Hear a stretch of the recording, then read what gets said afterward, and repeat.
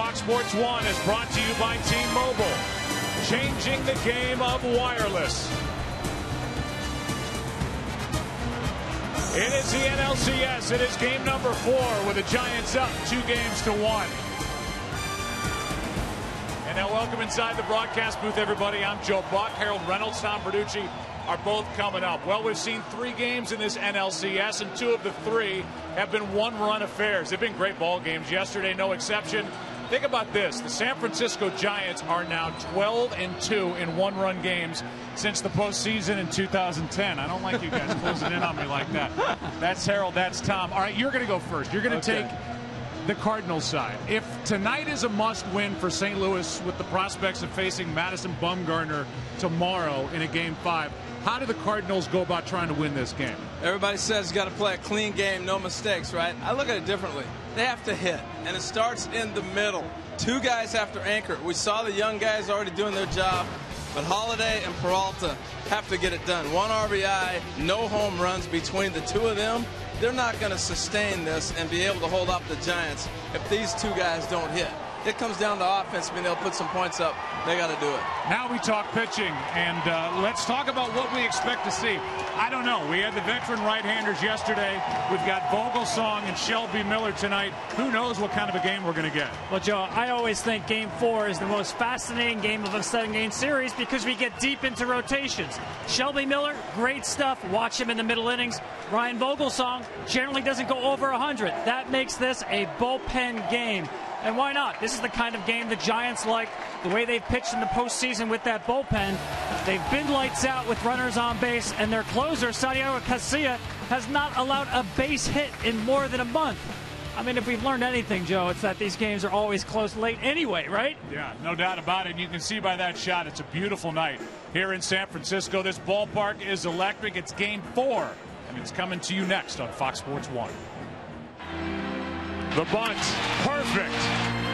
Wild throw, and the Giants win Game 3. What an amazing effort by an amazing player. And the team that they said couldn't hit home runs. That dugout is fired up, and for rightfully so.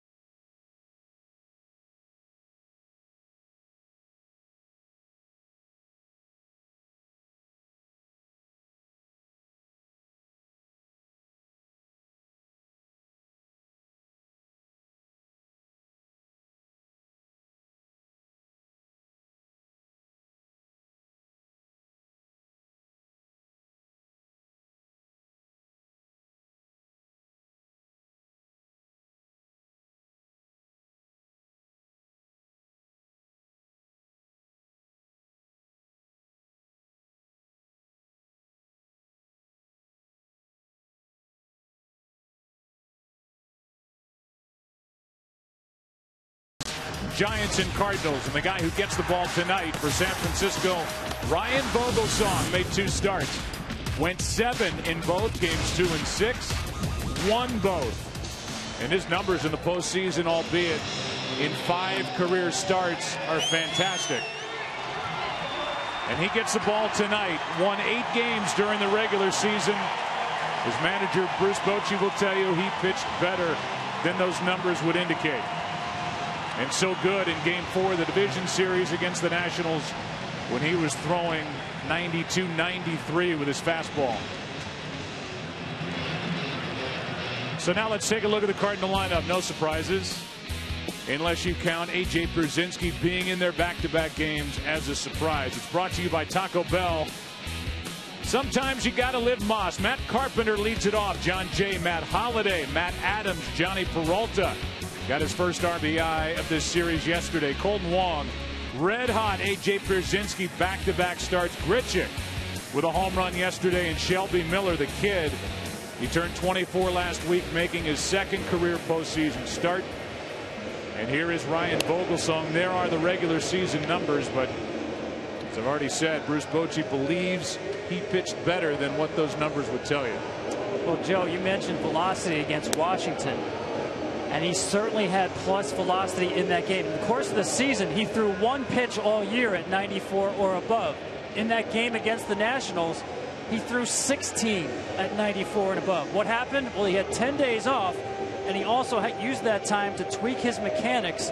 And I'm going to keep my eye on velocity early in this game. He's got a good curveball, good changeup, and if he's got greater separation in velocity with that plus fastball, that's when he's really effective. Yeah, a couple things that I'm thinking about. One, Yadi Molina, quick update on him. They're still going to use him the same way they were thinking about yesterday, where he'll be a defensive replacement, still can throw. And then the other thing, Joe, that we did not come into play yesterday in the day game is the sunshine in left and center field. It is a brutal left field to play defense in. With ISHIKAWA, the first time really being out there in the big leagues consistently, it's quite a challenge. And it's something he's worried about. We talked to him before the game. He's scared about a ball coming out of that sun. The opening pitch brought to you by Budweiser, the official beer of Major League Baseball. Here's to Budweiser. Here's to baseball. And the big difference from yesterday in Game 3, the wind negligible, 3 miles per hour. It got over 20 by the end of the game yesterday. Giants up 2-1. You want great weather, we are sitting in it here in San Francisco. Our broadcast also streaming live on the Fox Sports Go app and foxsportsgo.com. And for coverage of this game in Spanish, please tune to Fox Deportes. Glad you're with us. Here we go. Fox Sports 1. Carpenter, Jay, and Holliday against Vogelsong. A well-traveled right-hander. Game 4. Ball 1. Carpenter has a 14-game hitting streak against San Francisco pitching over the regular and postseason. Red-hot John Jay on deck. Cardinals trying to get out of the gate quick. Yesterday, 4-0 Giants after 1. Strike 1. Home plate umpire tonight is Mark Carlson. Joined by Greg Gibson at first, Bill Miller at second, Paul Emmel at third. Bill Welke is in left, and the crew chief who had the plate here yesterday, Jerry Davis, in right. Phil Cuzzi, the replay umpire in New York. And I guarantee you he's not sitting in that control room alone. That's for sure. Here's a 1-1. Strike 2. He's going to live at the bottom of the strike zone. Again, very similar to Hudson. This is where Vogelsong lives, right on the knees. He'll throw that hard sinker. I think the difference, though, Tom, you talked about, is the velocity. He didn't have that kind of oomph on his fastball during the regular season. Pretty much sat at 91 during the regular season. Early signs good for Vogelsong. To the right side. Panic cannot make the play. He knocks it down, and Carpenter's going to try and push it. Throw by Pence. Too late. And it's a double for Carpenter to start the night. I love the play. This is a tremendous baseball play out the gate. You see the great effort by Panic, but once this ball kicks up, This is with Carpenter's instincts. He sees the ball in front of him. It ricochets off the glove. He knows where Pence is playing. And right here, he makes up his mind, I'm going to second. They're going to have to make a perfect throw to get me. They don't steal bases. So how else do you challenge? You challenge by plays like this. I love it. You see him strong out of the box there. And Giants a little bit unlucky. If that ball doesn't deflect off leather, Carpenter's got a single. Slowed it down enough. It's a double. Now John Jay. That's Bob Qua up here. Those microphones in the bases pumping it up, and you could hear Bill Miller said he's safe with a double. Here's John Jay, ball one inside. This will be interesting because John Jay has Sandoval playing in on him at third base. They've been busting him inside. He's getting base hits to left field. So what do? You take what they give you, you pull the ball, you get the man over. You got to play baseball right here. Or does he take one inside out? I think he pulls the ball if they continue to bunch him in. Here's a 1-0. And inside to make it 2-0. Well, I've been waiting for them to bust him in, Harold. They've been staying away from him all series. And that's where he likes the ball, out away. Let the ball travel and hit to left field. If there's one time to throw it away, now would be the time because you want to try to induce him into a ground ball to the left side and not allow Carpenter to move up.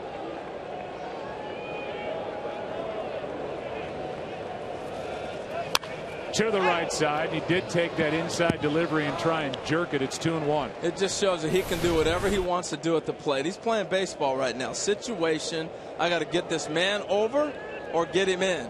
And right there he takes a shot. Now he may change the strategy with Sandoval in. He may try to drop a bunt and move him up. But if they continue to bust him in, I think he's got to continue to try to pick up that run, put Holliday in a situation where he can swing the bat.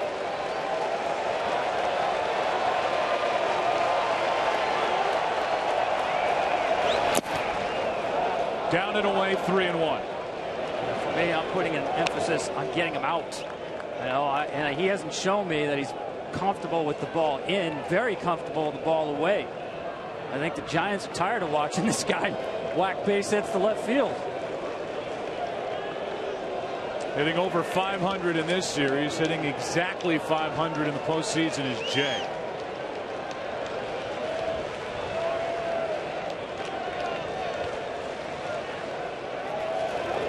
That is foul. Trying to pull it again. It's a full count.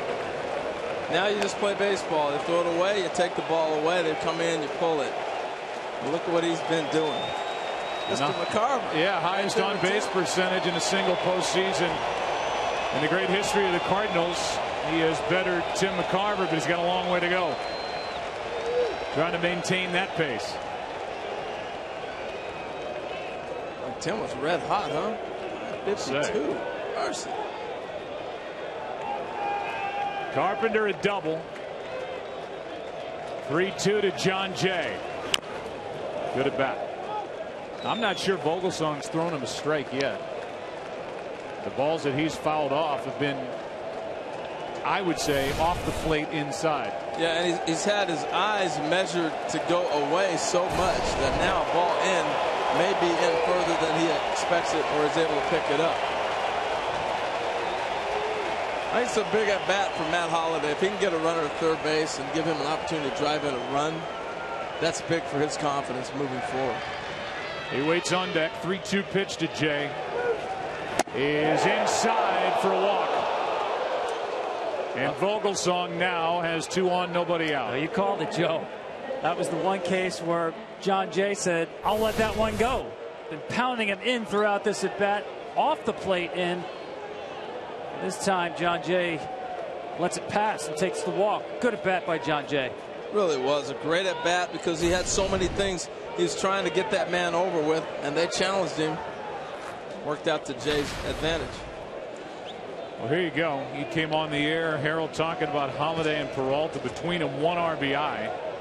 Holliday finished the season red hot. It has not carried over. Strike one from Vogelsong. Well, I think he's hit a few balls pretty hard at people. And I said a few days ago, I thought he looked like he was on the verge of breaking out. And I still feel that way. He's had some good passes. We'll see what happens. 1 out of 13 in this LCS. Strike one is so important to Vogelsong. Like a lot of pitchers, really tough times pitching behind on the count. But in his case, the numbers are really staggering. When he gets ahead, batters hit 150. When he's behind, they hit 342. Mercy. Strike one, very important for him, and to stay ahead, get ahead, stay ahead.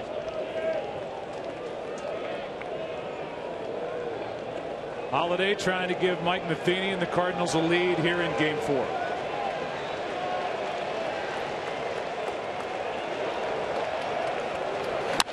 Strike two. See, when you're hot, you hit that ball right there. When you're struggling, you don't. And if you look at his swing right here, he stays two hands a little too long for Matt Holliday. Usually he's a one-hand finish guy, right? Look how long it stays two hands for his swing. So he's cutting his swing off. He's choking himself off instead of that great extension that we'd seen earlier.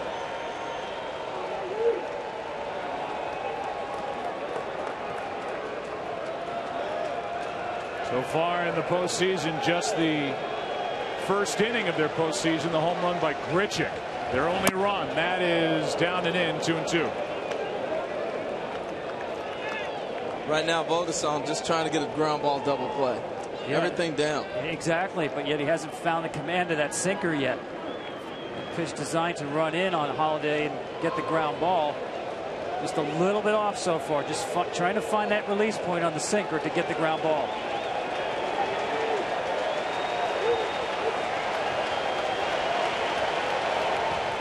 Holliday pops it up. Shallow right. Belt is out, and he has it one away. And the frustration continues for the Cardinal number 3 hitter, Matt Holliday. I think he's just tying himself up a little bit. Good pitch by Vogelsong right there. And, you know, pitchers do a great job of reading swings. And they're getting in on him right now. He's not getting the ball extended out in front of him. The ball run back in on him, and he's just not quite getting the extension we saw a couple weeks ago. Well, now it's Matt Adams with 2 on, 1 out. Holliday, the second half of the season after the All-Star break, hit .281, 14 home runs, 45 RBIs. Started to find his stroke. It's still just 1 hit in this series. Adams, left side base hit. Here comes Carpenter. The throw by Ishikawa is cut off, and the Cardinals lead 1-0 in the first. Adams delivers with a base hit through the left side. Well, if you've been watching the series, they've been pounding him away. He went up there looking for a ball away and took it. Take what they give you. I like the aggressiveness of Jose Oquendo on this, too, to send him on this play, Tom. Yeah, especially with Ishikawa out in left field. Not a lot of experience out there. Really just a handful of games. Easy send. And I give Adams credit. He's been watching the first 3 hitters of the game. Vogelsong trying to establish fastball, fastball, fastball. Really hasn't softened up at all in these sequences. He was ready for the fastball first pitch. First time in this series the Cardinals have scored in the first inning, and now with 2 on, 1 out again. Here's the other guy you talk about, Johnny Peralta, who finally got a bad hop single for an RBI. His first RBI of this postseason yesterday. Yeah, if you would have said the Cardinals are going to be in every game and they're going to score as many runs as they have, and Peralta and Holliday are not going to be a big part of the attack, you would think it's as crazy as this whole postseason has been as we've watched the Royals sweep the Orioles. Crazy. So in a long first inning, Vogelsong now wants Buster Posey to go through the signs again. Peralta popped 21 home runs during the regular season, knocked home 75.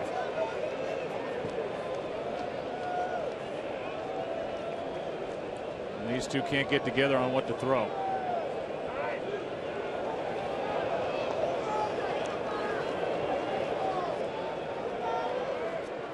There's Dave Righetti, who manager Bruce Bochy inherited and kept when he took over 8 years ago here in San Francisco. Here's a 1-0. That's a strike, a ball and a strike. Saw that stat about the middle of the order hitters. The Giants done a great job of controlling those up until the Adams base hit. Well, that's a great pitch for this situation right here. You see the circle change, looking to get that ground ball, painting on the outside. If he chases it, that's a double play ball. Good layoff by Peralta as well. That's down, ball 2. You guys notice how wet the infield is? They watered it down pretty good here. I noticed that. They actually watered it down twice today. And neither team can run, and you saw Carpenter scuffling through on the double and also on the run score. So track conditions muddy. 2-2. Real good changeup from Vogelsong. Instead it was fastball, fastball, fastball. Now it's plan B. Let's go softer. See the circle change grip and the good running action.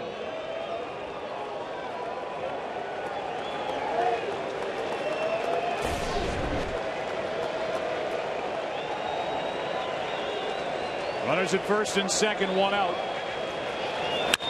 To third, Sandoval, the second out, over to first. Got them both.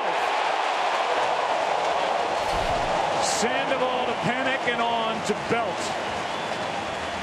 And with that, the Giants give up their first inning run this postseason.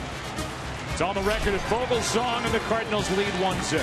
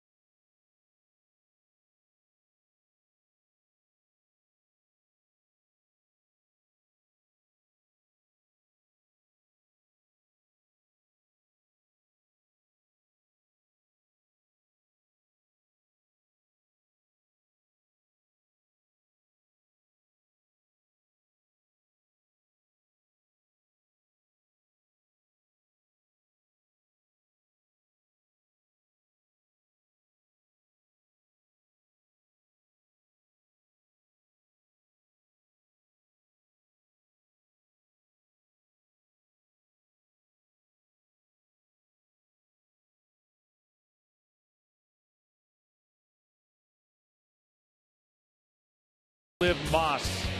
Here they are again. Gregor Blanco, Joe Panic, Buster Posey, top 3 in the middle. The Panda, Pablo Sandoval, then Hunter Pence, Brandon Belt. Travis Ishikawa had the biggest swing of the day yesterday for the Giants. Brandon Crawford and Ryan Vogelsong, the bottom 3. Against the right-hander Shelby Miller, 19th overall pick back in 2009. Struggled at times in the minor leagues, but he really put it together in the second half of this season. And there are the overall numbers for 2014. Yeah, he reminds me of Lance Lynn. Power stuff, mid-90s, loves the fastball. Threw it 83% of the time in his last start in the division series. But Joe, I think when he's on, that curveball is the difference maker for him. Gregor Blanco first up. He's the one that dropped down the bunt yesterday that Randy Choate fielded and threw into the bullpen to end the day. Ball 1 down and in. When A.J. Pierzynski came to the Cardinals, he caught Miller right out of the gate and really wanted to feature the fastball of Shelby Miller, trying to uncomplicate things. Didn't even put a sign down. Fastball is in at the knees at 93. 1 ball, 1 strike. Well, I think the reason we see so many fastballs in this series in particular with National League pitchers is they hit. They know how hard it is to hit a pitch. 1-1. That's in the air to center. Well hit. Back is Jay. He's dropped it. He was there, lost it. Blanco into second to start the night for the Giants. Well, Jay's done so many special things. You thought for sure he had it. Look at, he's perfectly aligned. He gets a good break. He's on it. This is not affected by the wind or the sun. He just happened to miss it off the side of his glove. It goes as a double. Just so much room out there. It's the toughest center field in baseball. But today, really the sun right now not a factor. Wind not a factor. Just the length that he had to cover to chase that down. Great point. He's made so many great plays. You just expect him to make that catch. Now Joe Panik.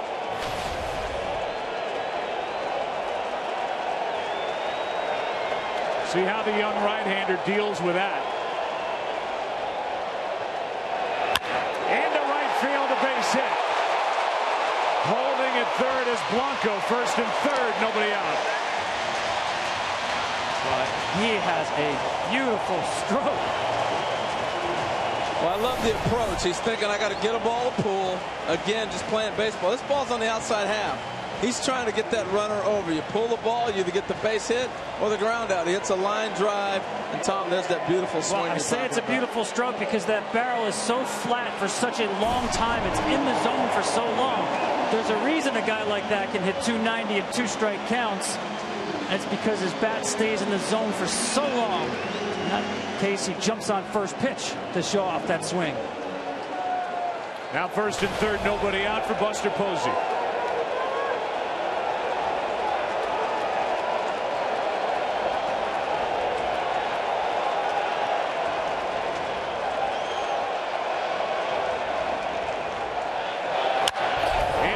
Center, Jay back to his left. Tagging, scoring, Blanco. 1-1 game here in the first on a sac fly by Posey. Well, again, the approach of the Giants, they know that he's going to throw fastballs. You go up and you get a pitch you can drive. We've watched an aggressive Buster Posey throughout this series. But, Tom, you talked about how many fastballs Shelby Miller throws. They came up going, swinging, let it fly.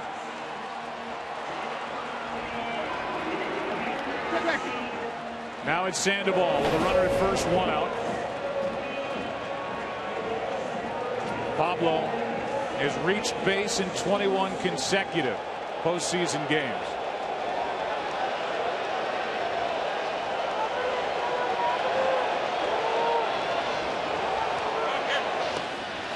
The guy at first, Joe Panik, the rookie, has not attempted a steal in the big leagues. Joe, the resourcefulness of the Giants continues. Last 6 games, they've scored more runs without a hit than with a hit. 10 runs without a hit and 7 runs with a hit. Panik starts and stops, strike 1 on Sandoval, and still no home runs since that marathon 18-inning game in Game 2 of the division series for the Giants this postseason. Tell you what, there's a buzz in this audience. There always is. This ballpark has constantly got a buzz going. I mean, it's not loud until something happens, but you can just hear everybody. It's just the energy level is up. Hard hit, but right at Peralta. The flip to Wong, and how'd he turn it? Wow. That is strength by the rookie, Kolten Wong. He had a long way to go. And watch this throw. Up in the air. That's one you dream about when you're playing in the backyard or even working out before the game. You're going to get this ball, flip it on the run, on the throw. Mercy, that's tremendous. 1-1 after 1 in Game 4.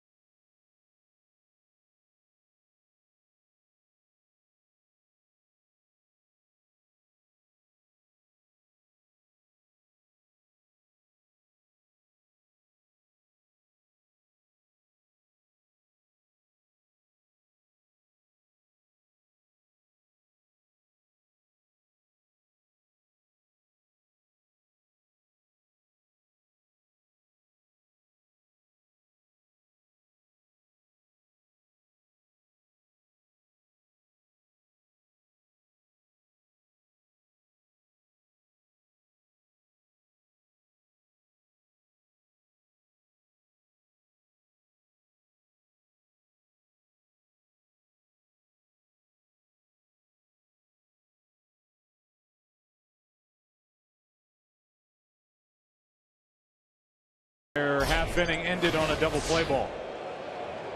Here's Kolten Wong. He's got 5 extra base hits for all 5 of his hits this postseason. So still looking for his first single. Takes the ball outside.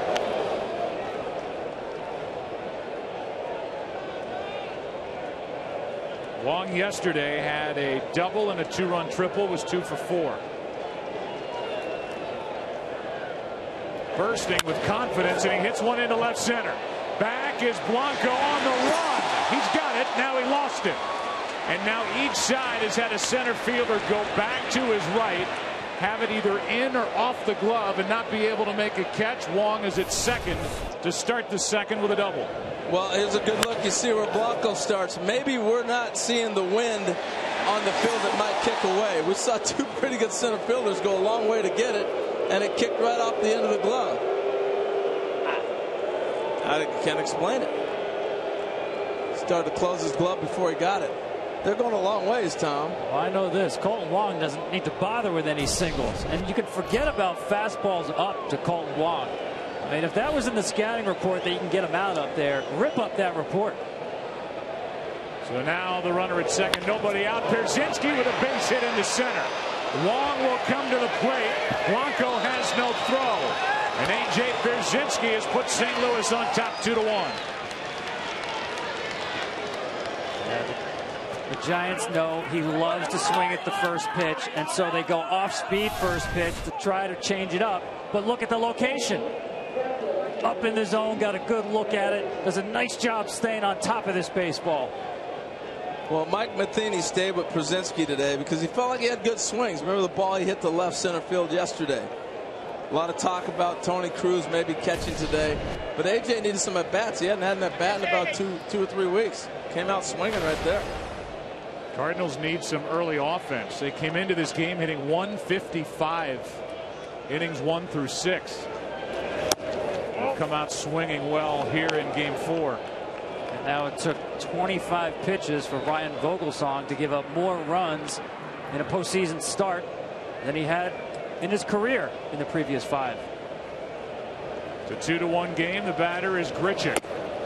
Still nobody out. That pitch is down in the count 2-0. You know what I like about a series? You get a chance to see what a guy can do on an everyday basis. Kolten Wong has really shown up. Grichuk has shown up, where you get to see what these kids can really do. You project them out a lot of times, and when you see them on a roll like this, you go, okay, I get it.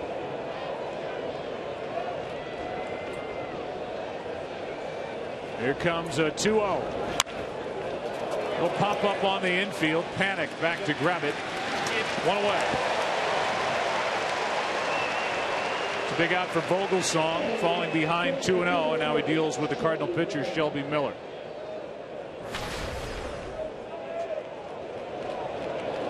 Nine hits during the regular season, 0 for 1 this postseason. When he made that start against the Dodgers in game 4, got a no decision. And the Cardinals beat Clayton Kershaw on the Matt Adams 3-run home run in the 7th.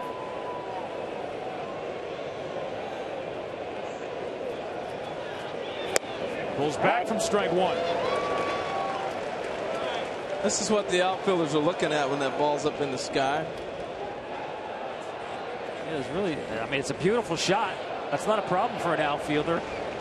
It's the high skies when there's no clouds whatsoever where it's difficult to track the baseball. I just think in both cases a very long way for both outfielders to run down the baseball. It was pretty though. Yes, it was. That's outside, ball 1. Don't panic. I got it. So in the inning, a ball off the glove of Gregor Blanco in deep left center off the bat of Wong. And the crowd had barely finished booing A.J. Pierzynski when he got a base hit into center to put St. Louis on top. Well, they don't like him very well here, do they? No. My goodness. Wonder how that feels. 1 on, 1 out, 1 ball, 1 strike. Pulls back, was going to hack if he liked the pitch, but it's up and in, and Vogelsong's control has not been what he hoped for coming in here early. I agree, and even his body language on the mound, it looks like he's searching for something right now, a go-to pitch. And once again, a long conversation and a long look between Miller and third base coach Jose Oquendo. And this is what can help him out too. Take the out. They're going to bunt. You get your out. Now 2-2. Well, this helps get a pitcher in a roll. He's up against the ropes right now, fighting back. And sometimes you get that breather when they're giving you the out with the pitcher to move the runner up.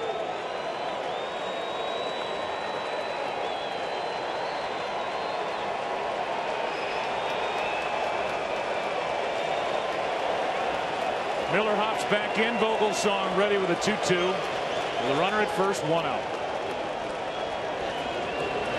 And the bunt is not good enough. Out at second is Pierzynski as Bell took the aggressive play and got the out at second. This is a tremendous play. 2 strikes. And you got the left-handed throwing first baseman. That's just a great play by Bell. Look how aggressive, and you're right, left-handed. See him square his feet early while feeling the baseball to open his shoulders. Could you tell right there that he was in high school one of the top pitching prospects in all of amateur baseball? At one point regarded higher than Clayton Kershaw in Texas. He's got a cannon. And you see Pierzynski trying to take him out on a potential double play, knowing the pitcher's running. Other than that, you might think it was a Bush League play, but he's thinking, I got a pitcher running down to first. I got to take him out. That's why the slide was the way it was. So now Carpenter is at the plate with Shelby Miller on. And a ball up and away to Carpenter, who doubled off the glove of the second baseman Panic into shallow right his first time. Boy, when you have a first baseman who can throw, Joe, that's such a weapon defensively. Remember Keith Hernandez with the Mets, such a good thrower. He used to take relays from the outfield.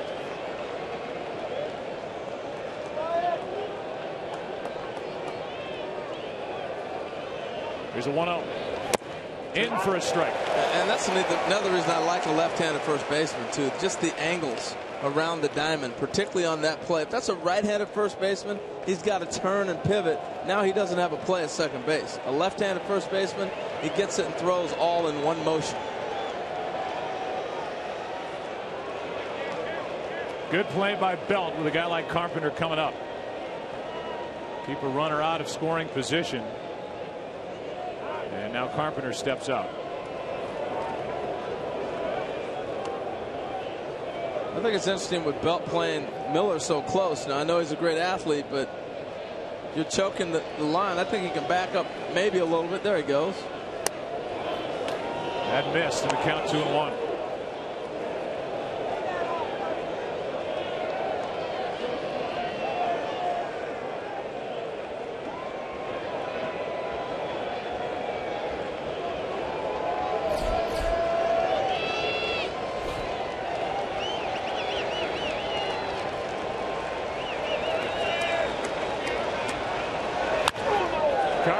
It up left side, foul territory. Sandoval out of room. 2-2. How about what Matt Carpenter has done in this single postseason across MLB history? Obviously, more opportunities to get hot in a postseason, and Carpenter rolled right into this NLCS after a good division series, and he's got 8 extra base hits. Great company right there, but if I'm Ryan Vogelsong, I'm not going back there where he just threw that last fastball inner half. A lot of those extra base hits exactly on that pitch.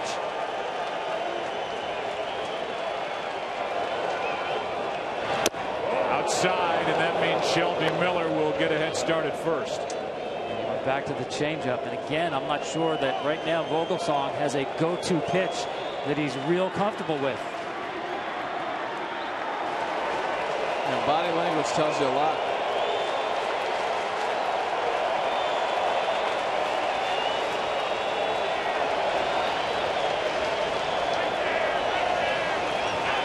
Miller goes on a walk to Matt Carpenter. And the second walk handed out by Vogelsong. It's 2 on, 2 out, and here comes Dave Righetti. This is like a basketball coach calling a timeout when things are not going your way. If nothing else, change the momentum a little bit, slow the game down, reboot the system there on the mound to face a very hot hitter.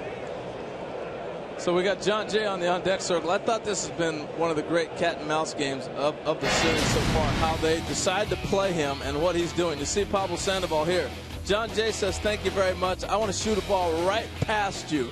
And this is all his angle he's trying to set. The X inside is the ball you pull. We saw that first inning. Down the middle, back the other way, and right here you take it to the opposite field. The old Ted Williams diagram. Look how far this ball gets back on him. Look at the graphic, Joe. 3 to left, 8 to left, 3 to center, and no hits to right. Yeah, last time up in the first inning, he tried to finally pull one to right, eventually drew a walk.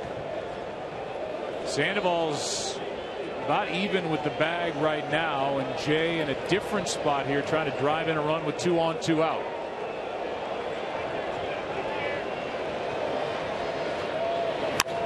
That is foul left side, and the Cardinals have already proven that they will run on Travis Ishikawa out and left if John Jay goes that way, even with Shelby Miller running. He's got a good arm, but as Bruce Bochy told us, the one concern is the play that we saw in the first inning. Charging the baseball, fielding, making a good throw. Doesn't come naturally to a lot of guys, and for Travis, just not a lot of experience out there.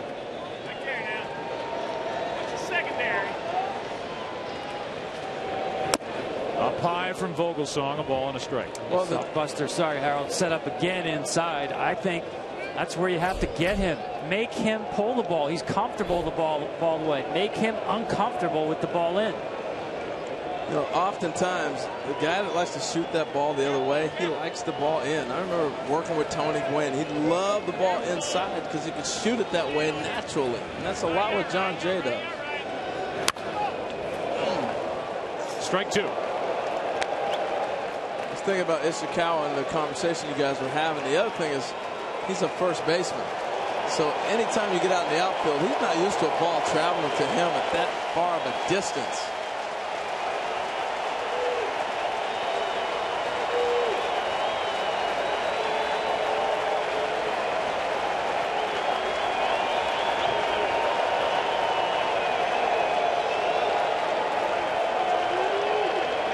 Jay fights it off. See, he's got that natural inside-out swing. That ball's in on him, and he's trying to shoot it to left. Old Merv Retman, who used to work with the Padres, the hitting coach, a lot of years with Tony Gwynn being there, would say, carve it out. Take that ball and just carve it out.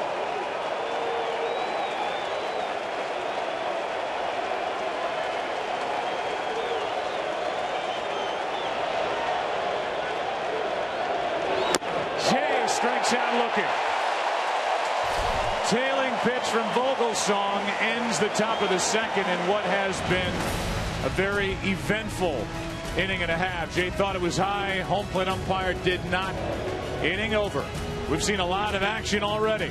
It's 2-1 Cardinals, down 2 games to 1 as we go into the bottom of the second.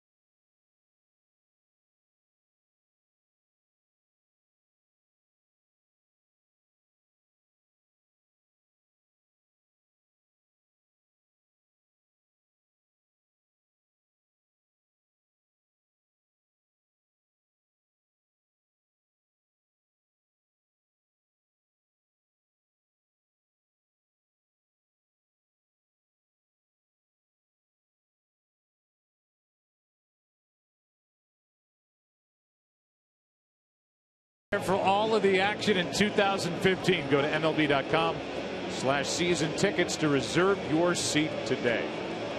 They love Hunter Pence here, and why not? They know they can count on good numbers. They know they can count on the fact that day in and day out, this guy is in the lineup. Played in all 162 this season, and they're used to that around here. At 277, 20 home runs, 74 RBIs, 2 for 11 in this NLCS as he faces Shelby Miller. 2-1, St. Louis on top.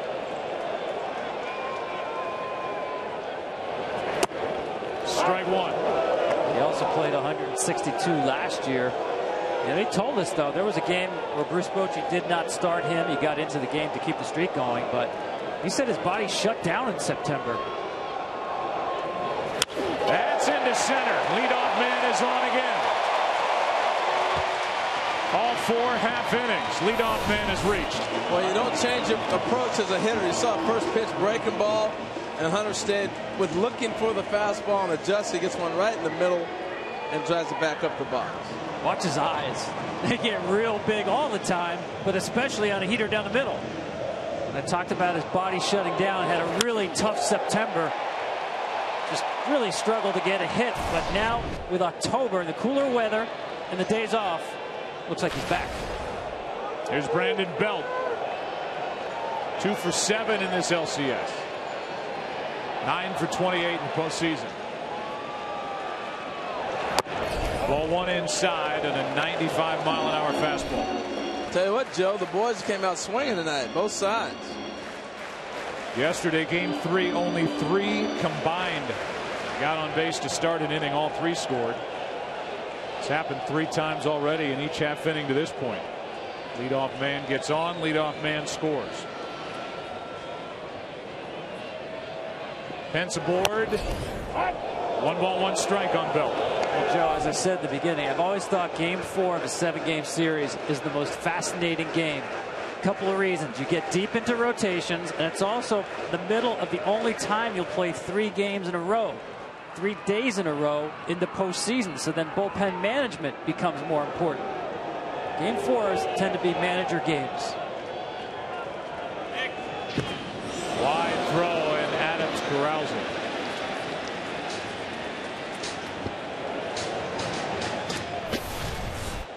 Man, Adams quick as a cat right here. Go get it, big man. Giants have not stolen a base, not even had an attempt yet in this series.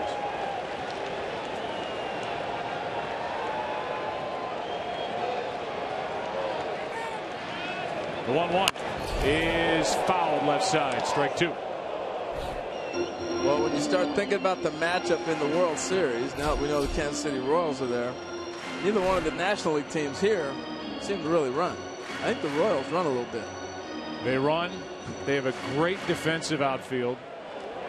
They have the best power bullpen in Major League Baseball. They're showing that. And they're also a very opportunistic team, like we talk about with the Giants. 8 straight wins to start this postseason, an MLB record. That is a swing and miss for a strikeout, 1 away. Got him on the high cheese. It's tough to lay off that high fastball.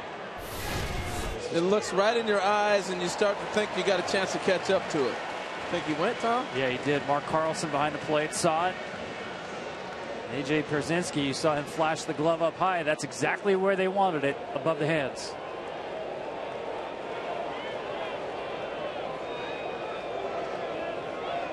So 1 on 1 out for Ishikawa. Got 2 studies in perseverance in the starting lineup tonight for the Giants. This guy's one of them. Ryan Vogelsong, the starter for the Giants, is the other. Ishikawa's been everywhere, and when he got released in April by Pittsburgh, he was thrilled to hear from the Giants. Went to AAA, worked his way back up, and now he's the starting everyday left fielder for Bruce Bochy.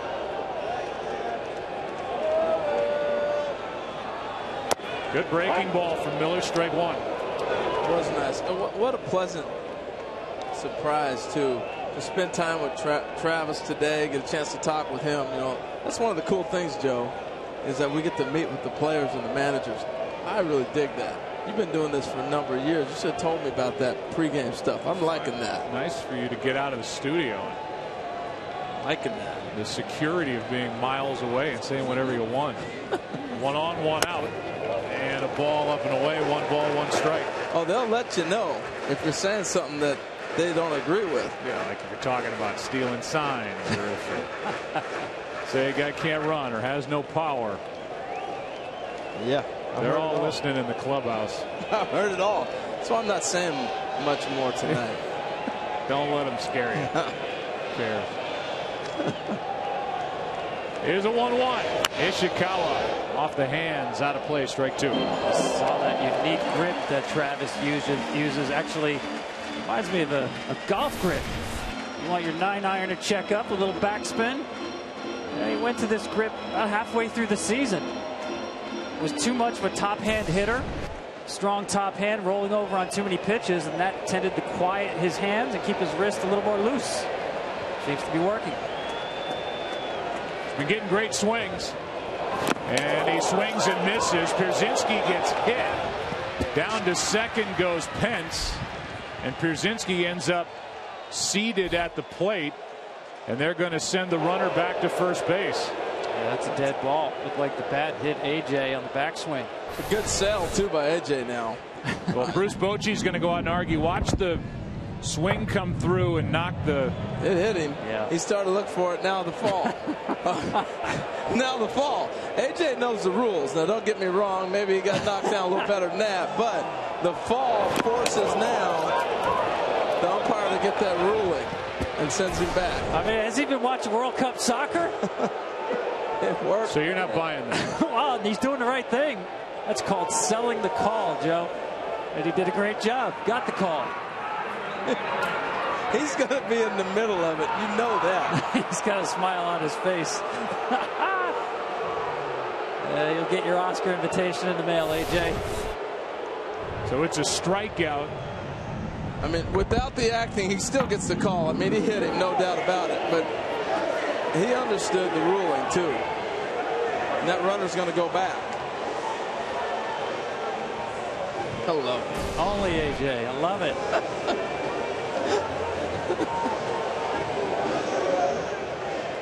Yadier Molina on the bench.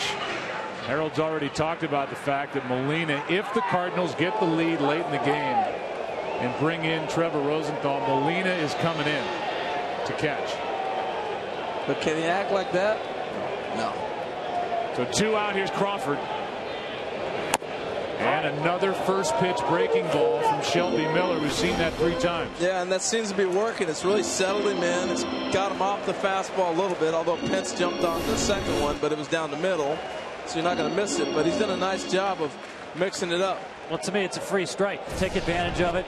He throws so many fastballs. You can't go up there and sit on first pitch breaking ball. Good job by Miller to make sure it's in the zone. Crawford flies one into left center. More routine for John Jay, and he'll take it in front of Holliday.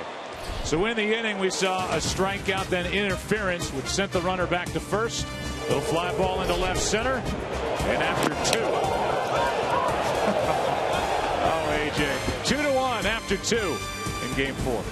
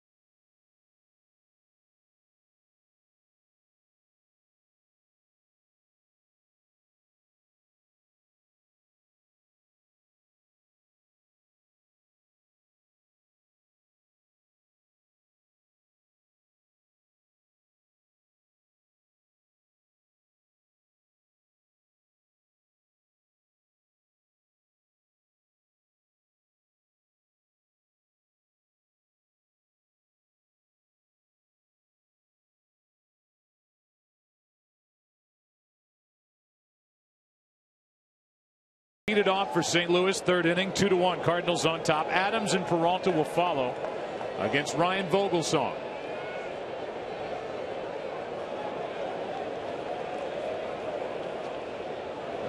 That's upstairs, ball one. Holliday was up with 2 on, nobody out in the first inning and popped up. So now 1 for 14 in this series. Already up to 45 pitches is Vogelsong. That's down the right field line, headed for the corner. And Matt Holliday will cruise into second base with a leadoff double. And with that, it's the first time in postseason history that the leadoff man in each of the first 5 half innings got on via a hit. Today is postseason game number 1,430. And Holliday makes that history with this double into right. And that's going to get the bullpen busy. That's just a cut fastball that stayed up. Nice job by Matt taking it the other way. Well, he made a great adjustment. The last at bat, the ball got too far in on him. He said the first half of the season he was letting the ball get back too far. That one he went out and got it. Nice adjustment. Petit, the right-hander, is getting loose with Matt Adams, who has an RBI hit at the plate. And here's one into right center field. It's going to drop. Holliday will hold at third. It's first and third, nobody out. Adams 2 for 2. It's time to go to plan C. First time up, fastball, first pitch, base hit. Second time up, let's try the breaking ball. He's a smart hitter. He knows he's going to come with something different. He's not going to see the fastball first pitch. Again, nice job staying on this ball. If he tries to jump at this, he's going to ground to second base.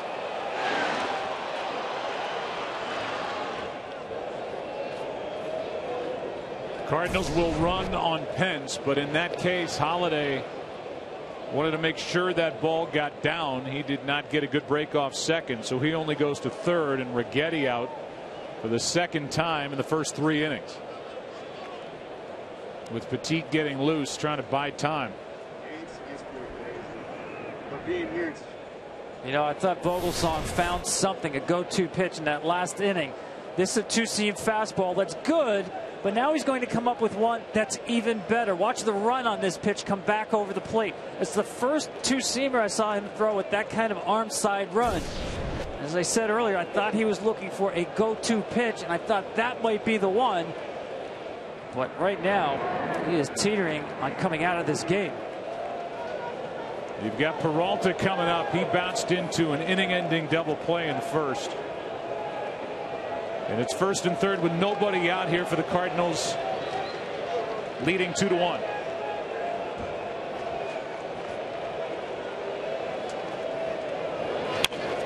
That's to third. Out at second and got them both as a run scores. Sandoval, a brilliantly turned double play with panic in the middle. That was incredible. Watch how he gets rid of this ball from the knees. He knows I got time. If I can get it to him with Peralta running, we got a chance. And Panic taking the short throw down and turning it over. This is all because you know who's running and will take the shot at maybe being able to turn it. What's even more impressive, I love this part of it, but Panic, being a young player, hasn't seen Peralta a lot to be able to turn that double play, knowing that I still got a chance to get him. I'm so impressed with Panic's arm strength. Watch where that feet is. It's like a catcher reaching across his body. Now Wong takes a strike as the Cardinals have added to their lead. It's 3-1. And the struggles continue for Peralta. It's bounced into 2 double plays tonight. 1 ball, 1 strike. That double play might keep Vogelsong in this game a little bit longer. This at bat with Colton Wong might have something to do with that, as Petit is about ready to go for the Giants in their pen. Strike 2. And it looked like that Cardinals had the contact play on. Watch this swing by Wong here. The torque in the body, head on the baseball. Couldn't be more textbook than that. Look at the hands. 1 palm up, 1 palm down. Compression of the baseball means you've barreled it up. And a nice extension. Beautiful shot. That was the double leading off the second. Now he takes just outside for ball 2. That's how hot he is right there. He spit on that breaking ball like it was no big deal. This is how good he's seeing the baseball. This ball runs away. Don't need it.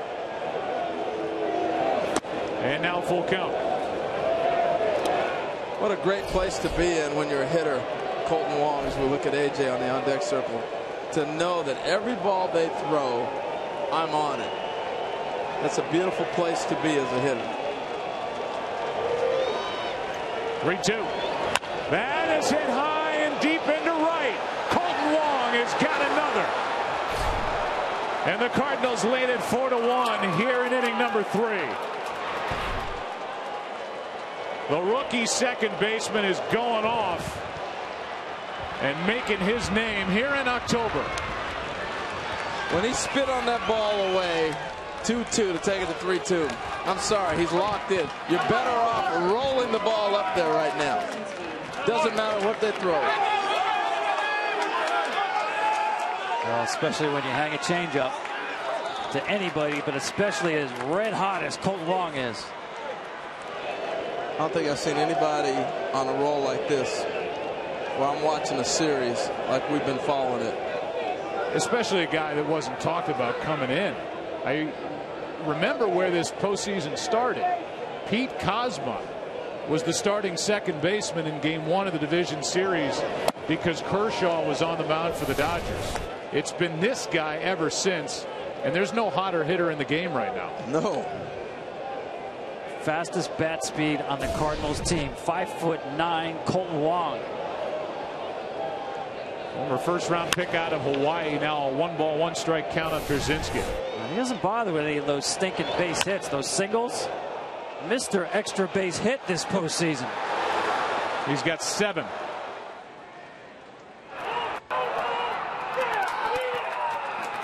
And you know what else I like? Mike Matheny has not moved him in the lineup. So often the guy gets hot, you move him up. Leave him alone.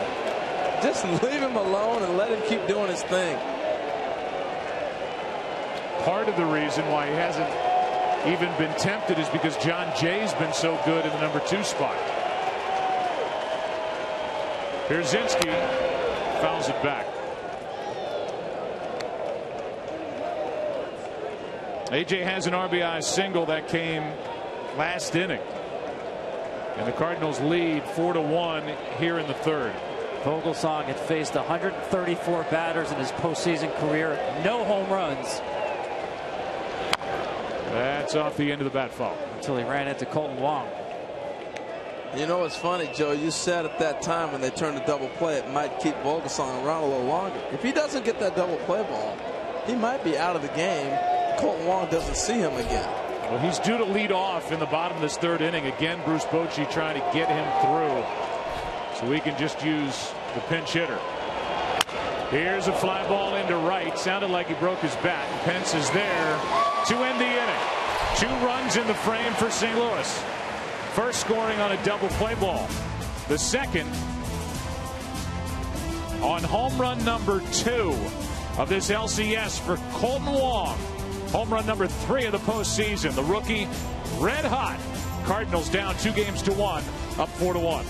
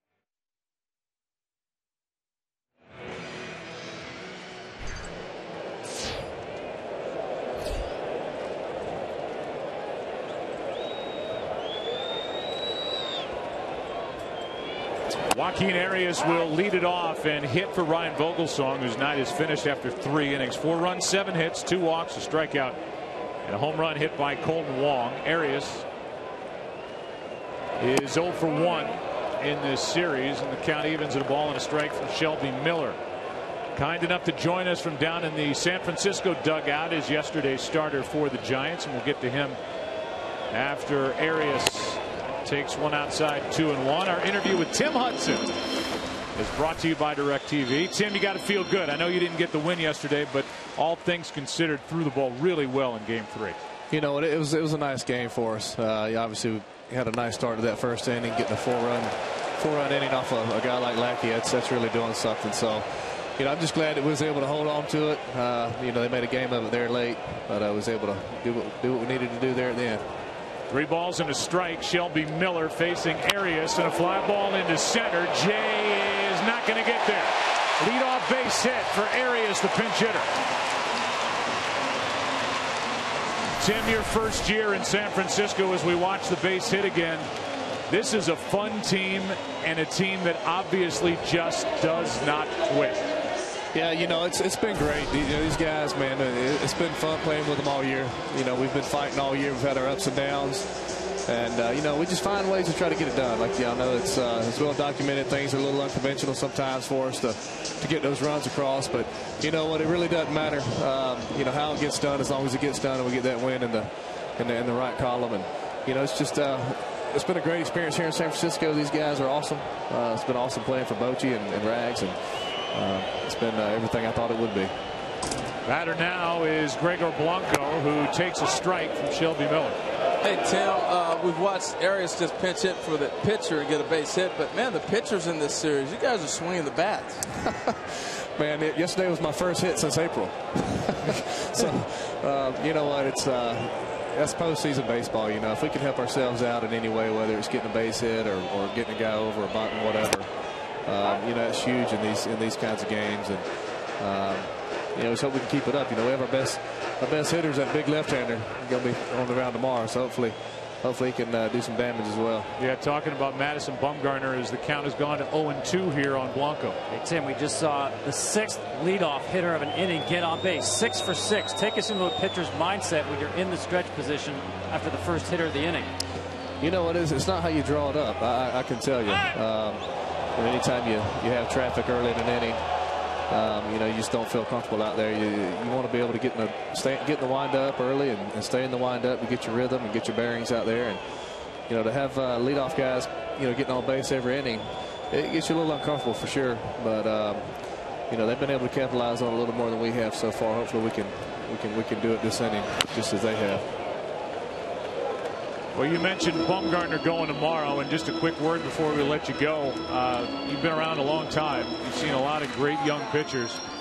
This guy is as lethal as there is in the postseason in the game today, in my opinion.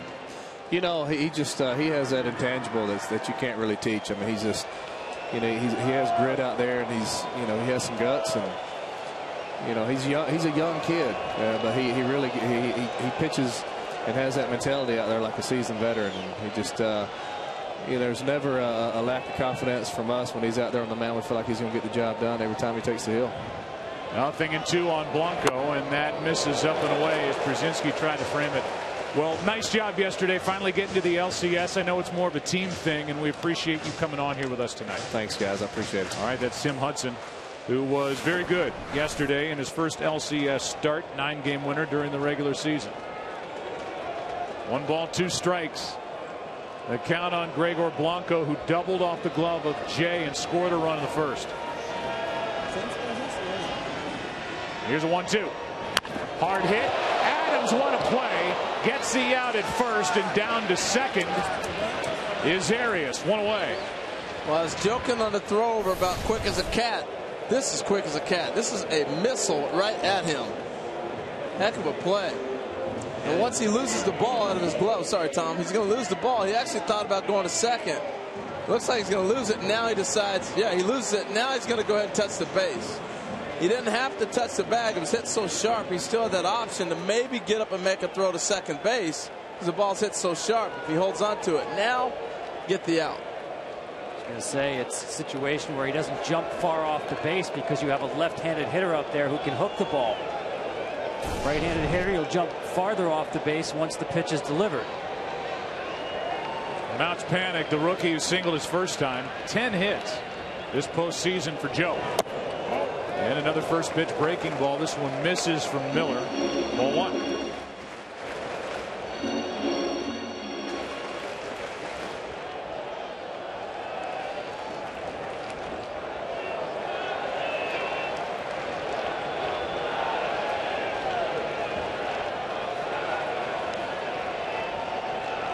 Here's a 1-0. That misses 2-0. Well, I think the Giants have found a second baseman. Long search this year. 8 different guys have played second. But Panic's the guy. Watching him move around. We've watched the pivots tonight on some double plays. And clearly, he can swing bat. Up on the count here, 2-0. Arias at second, 1 out. Here's a fly ball into center. Back is Jay in front of the track for out number 2. Tagging going to third is Joaquin Arias. And he's there with 2 down. That ball smoked right here. 2-0 fastball. Just ran just enough to keep him off of it from really driving it into the right center field gap. He ends up having to shoot it to left center. It's a big park. I like what Arias did on this one. Halfway, once he knew he had control, tag up, go to third. Excellent base running. He knew he had time to get back and re-tag right there. So now it's Buster Posey. Runner at third, 2 out. This is where Posey usually shines for the Giants. Sac fly his first time up for his first RBI of this series. Strike 1. 94 from Shelby Miller. You might see why Buster being more aggressive early. I talked to Bam Bam Mullins, the hitting coach, about that. He said one of the reasons Buster was struggling early in the season was he was getting too deep in counts. In the second, he went and showed him the numbers. In the second half now, he started being more aggressive, and you're seeing the numbers start to take off for Buster.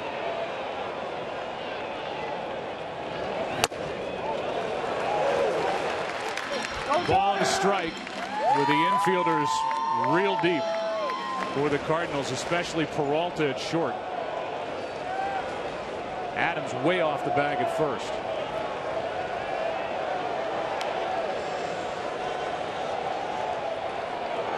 Breaking ball misses. Ball 2 with Sandoval next. He looks good at the plate right now, just like Wong was taking pitches. Sometimes you can see a guy really seeing the ball well. The breaking ball will tell you. The way he took that breaking pitch right there, he's feeling pretty good.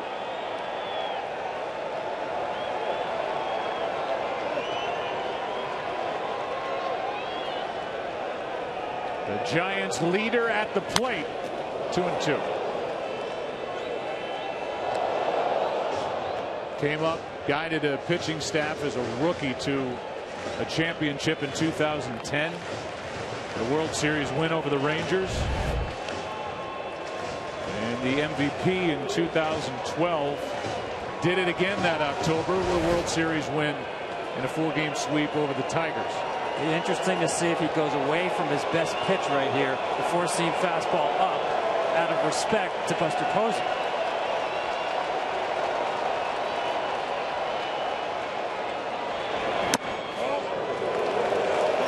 He threw the cutter, and he threw an excellent one.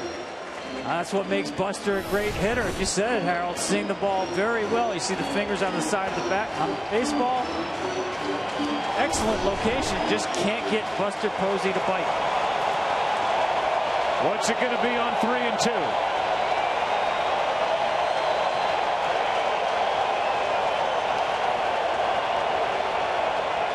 Miller wanted the fastball.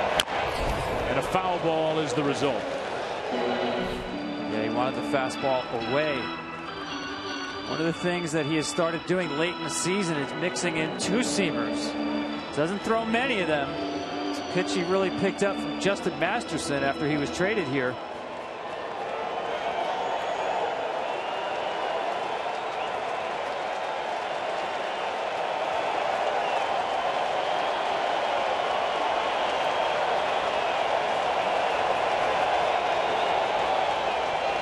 Miller, line drive, base hit left field. It's a 4-2 game. Holliday cuts it off. Posey's got a 2-out RBI single. It's 4-2. Well, he's locked in. Took some great pitches. And the other thing that's happening for Buster right now is Pablo Sandoval starts swinging the bat as well. So now you got protection. And so Buster is getting pitches to hit. I love the fact he pulled the ball and fouled it off. The number he hit down third baseline. And then he gets aggressive on a high pitch and strokes it to left. Great at bat.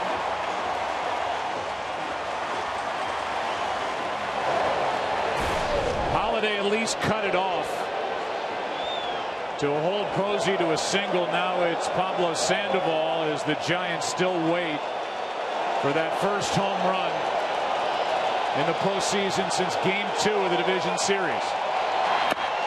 Ball one outside and a breaking ball from Miller. Who said offense isn't fun, Joe? This is pretty fun. It's been 204 plate appearances since the Giants have gone deep.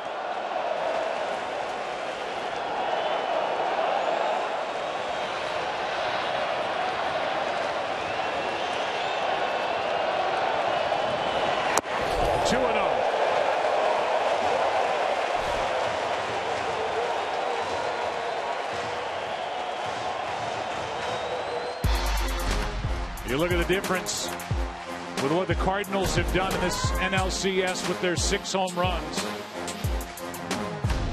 Wong has one in this game. For the Giants, none have left the park to this point.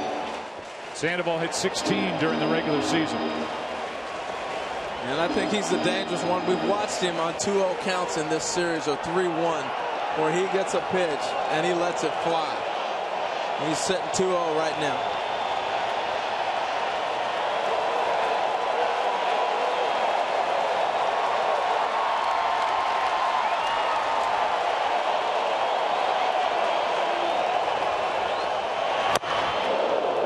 Miller got it by him, 2-1. He let it fly. He did, but the ball's away. You know, he hasn't got that pitch inside, but he's swinging like it's going to be inside. He's trying to put it out there in the cove. This ball's in the other batter's box. He's trying to turn on it. Yeah, you sit on fastball and you tend to swing even if it's not in the zone.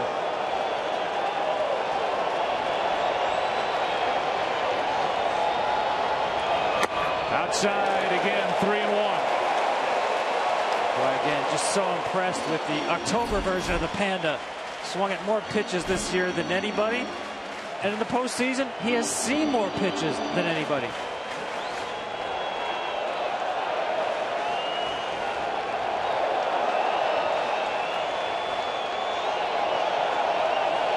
The old sinker coming on 3-1.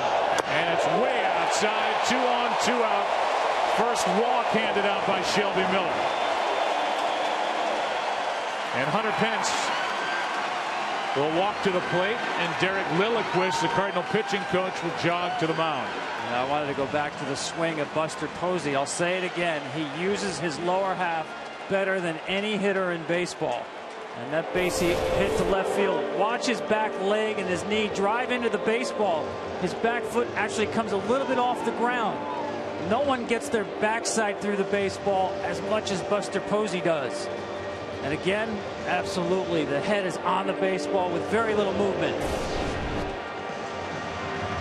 Joe, you know that logo for Major League Baseball? Yeah. The hitter? I swear it's Buster Posey. Now, I know it was years before he got here, and they probably drew that thing up, but it looks like Buster Posey. A textbook swing. He has made it a 2-run game, and now he's the lead runner. The Sandoval behind him, 2 out for Hunter Pence. Activity for the Cardinals in their bullpen as Randy Choate will get ready for the next hitter, Brandon Belt. We're only in the 3rd. Welcome to Game 4.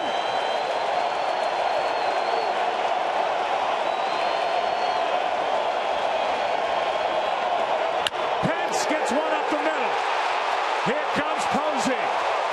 It's a one-run game here in Game 4. RBI Pence.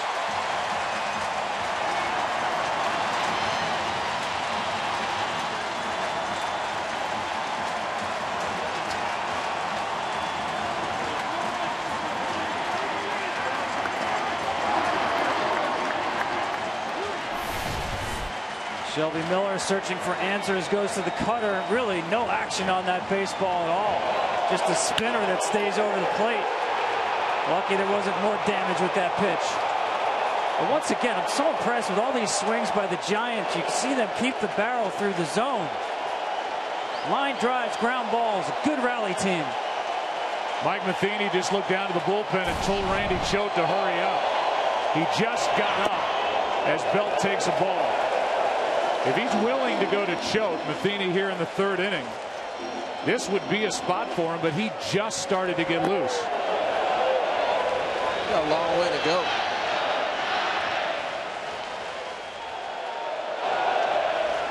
Brandon Belt could tie it with a hit. Takes a strike.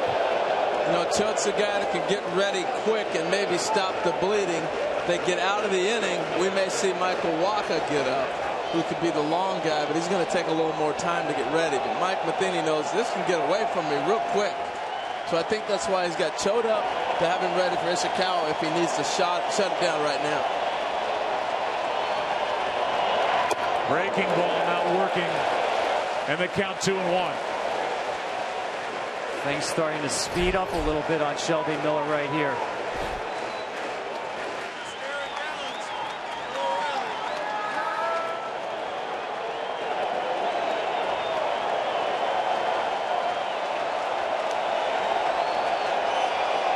Here is a 2-1 pitch. Fly ball into left center. Jay to his right. And the long inning is over. Cardinals got 2 in the top half. The Giants get 2 in the bottom half. It's going to be a long night. It just has that feel. It's Game 4 of the NLCS. Pence with a base hit up the middle makes it 4-3 as we go to the 4th.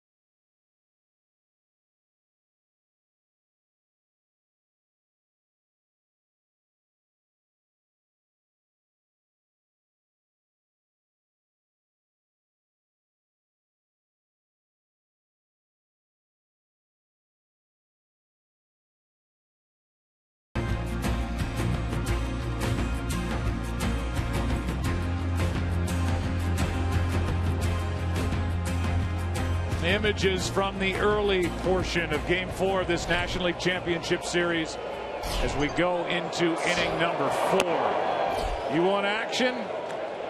We got action. 4-run, 7 hits St. Louis, 3-run, 6 hits for the Giants. And here's Grichuk with Shelby Miller on deck. Petit takes over on the mound, and that's a rocket foul. 1 ball, 1 strike. It's a game Barry Bonds is enjoying with all this offense. You might have noticed him throwing out the first pitch today. Recent hip surgery. He put the crutches aside, throw out the first pitch. Man with 762 career home runs. Got a great ovation here at AT&T Park when he threw out that first pitch to Sergio Romo. Petit brings it on 1-1 and a swinging strike 2. Got away with mislocation here, but good run on that pitch. Got him set up for his split. He'll throw it to right-handers and left-handers.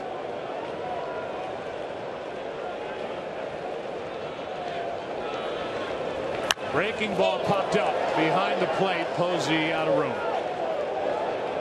Petit went on some crazy run this year, being able to shut guys down. Here's a look at Mr. Barry Bonds. Last time I talked to Barry about a year ago, he riding bikes and biking all over the country. Just recently had hip surgery, as Tom was talking about earlier. Looks good. Looking good, Barry. 1 ball, 2 strikes on Grichuk, who homered here yesterday. Randall popped up his first time, set up here at 1-2, and a strikeout starts the 4th. Let's go down to Ken Rosenthal. Joe, interesting scene during batting practice before the game. Matt Carpenter taking the field with the Cardinals, the Giants leaving the field. Jake Peavy goes over to Carpenter at third base and shakes his hand. Peavy told me, "You never see me shake hands with an opposing player in the middle of a series, but I respect the way that Carpenter goes about it. I love how he plays. He reminds me of Dustin Pedroia. Pedroia, of course, being Peavy's former teammate with the Red Sox." Well, a nice moment, and veteran coming up to the younger guy. As Carpenter in this game alone after the handshake has a double and a walk, a run scored. Here's Shelby Miller. Cardinals had showed up. Miller able to get Belt to end a long 3rd inning. First pitch from Petit is upstairs, ball 1. And where would the Giants be without Petit's 6 scoreless 1-hit innings in Game 2 of that division series at Washington in the 18-inning victory? The ultimate long man. 1-1 on Miller. How about the season he had, setting a major league record? Amazing. They're the numbers from Game 2. Like a start, 80 pitches. The first time we've seen him in this NLCS. Made 12 starts during the regular season, went 5-5 overall. That is on the inside part, strike 2, and he had a new major league record for consecutive batters retired. Petit did in a single season, retiring 46 straight over 8 appearances. What a weapon. He can go long, he can go short, he can start for you. The ultimate pitcher. A strikeout of Shelby Miller. Back-to-back strikeouts. 2 down. Tell you what, guys, we have an exciting game, and I really think it started with this guy right here. He set the trend tonight on the base hit in the first inning that he stretches to a double. You know, you're getting started, the game kicks off, hey, base hit, hold it, what's going on? He's going. And I think right here, this set the tempo for the night that we are in right now, right off Jump Street. He scored on the RBI hit by Adams. Giants tied it in the first. Cardinals back out in front in the second. Got 2 in the third, led 4-1. The Giants came right back with 2. It's a 4-3 game. Strike 1. Petit's a fascinating pitcher. He probably won't see anything 90 or above. But it just seems like guys don't pick up the fastball, and it's got tremendous run on it as well. You've always heard the term a heavy ball. That's the way it seems like he throws a ball. It just kind of, when you hit it, it goes, ugh. gets his strike, and he could strike out the side and restore order for the Giants here in the fourth. The 3 by Vogelsong, a struggle, 4 runs, 7 hits.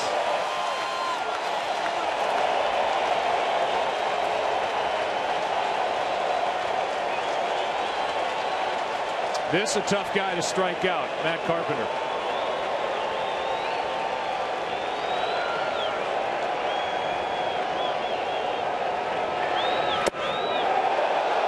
Just up and away, ball 1. And that's why he's so tough to put away. Such command of the strike zone. Borderline pitch right here. Most hitters in protect mode are going to at least try to get a piece of that. The discipline to take that. That Carpenter's a guy you have to get out in the strike zone.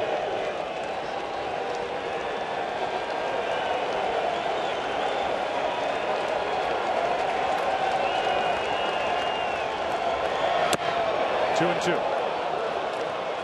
It's almost, you're better off with going after him instead of wasting the pitch and try to maybe get him to chase one, because he's not going to go after a ball that's 4 inches off. He's just not going to do it.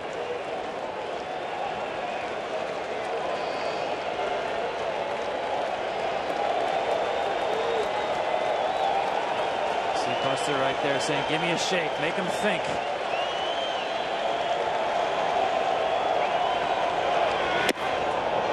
Full count. It happens all the time. We talk now these days about pace of game, speed up rules. How about you just start the count 3-2 to this guy? We always seem to wind up there.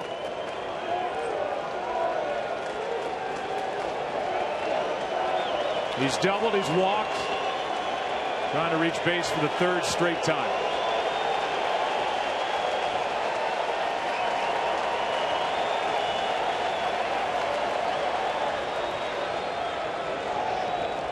When you watch guys play in the postseason, you start to become familiar with them. Matt Carpenter's actually gotten better watching him play in the postseason. He struck him out.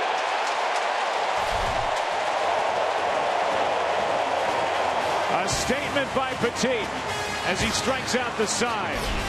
Bottom of the 4th rolls in. Giants will hit down 1.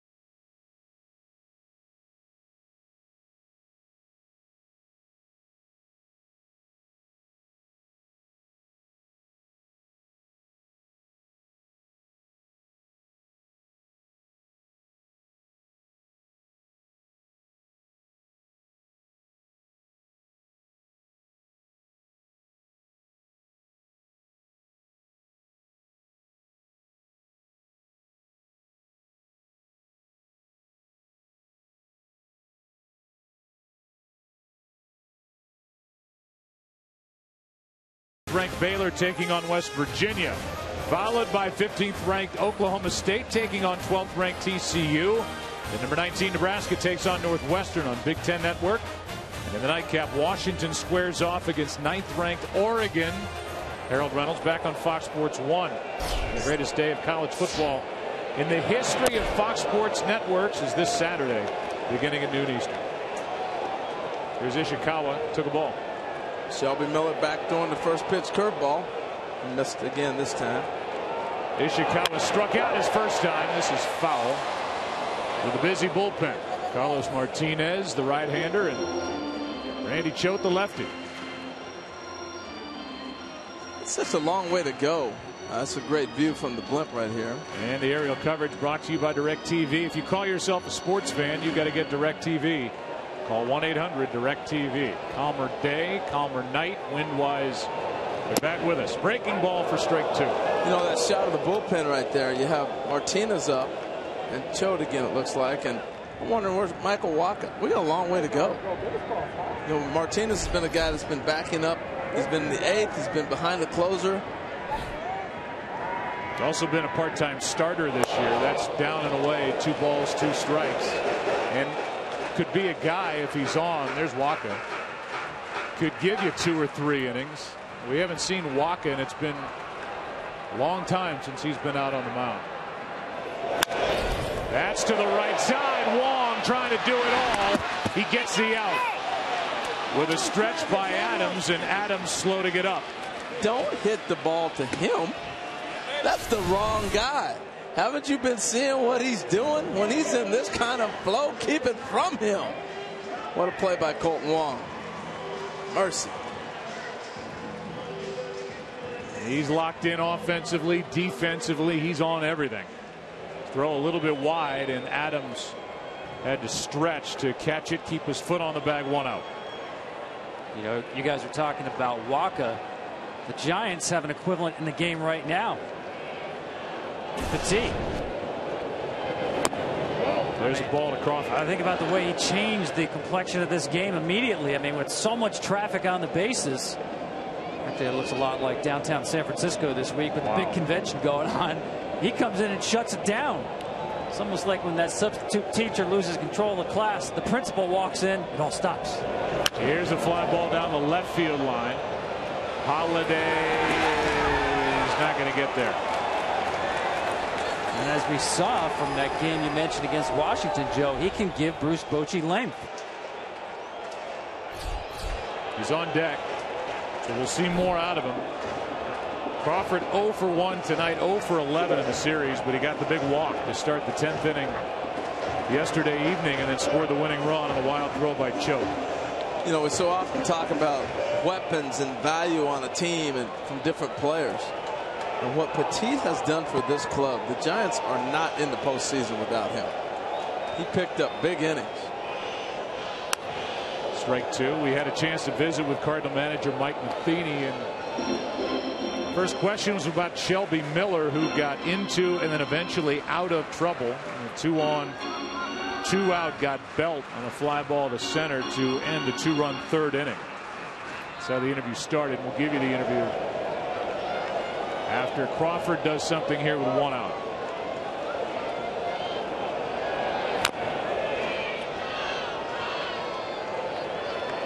We'll do it now. Here's Mike Matheny in the interview brought to you by DirecTV.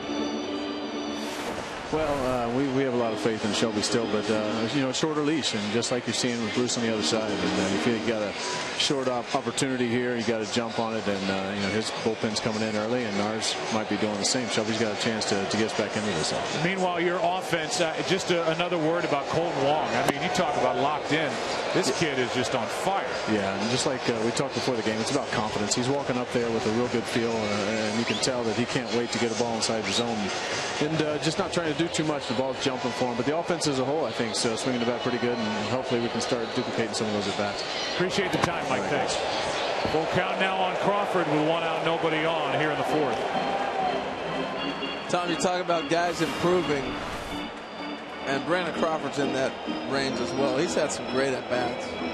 He really has. A guy who got to the big leagues because of the glove. best hands in the San Francisco system when they sort of rushed him to the big leagues, but certainly the bat catching up to the glove.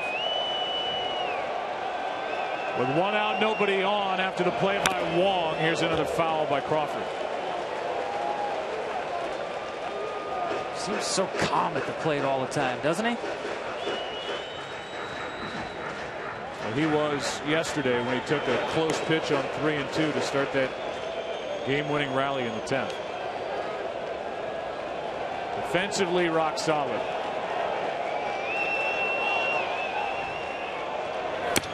That's down and in for ball 4.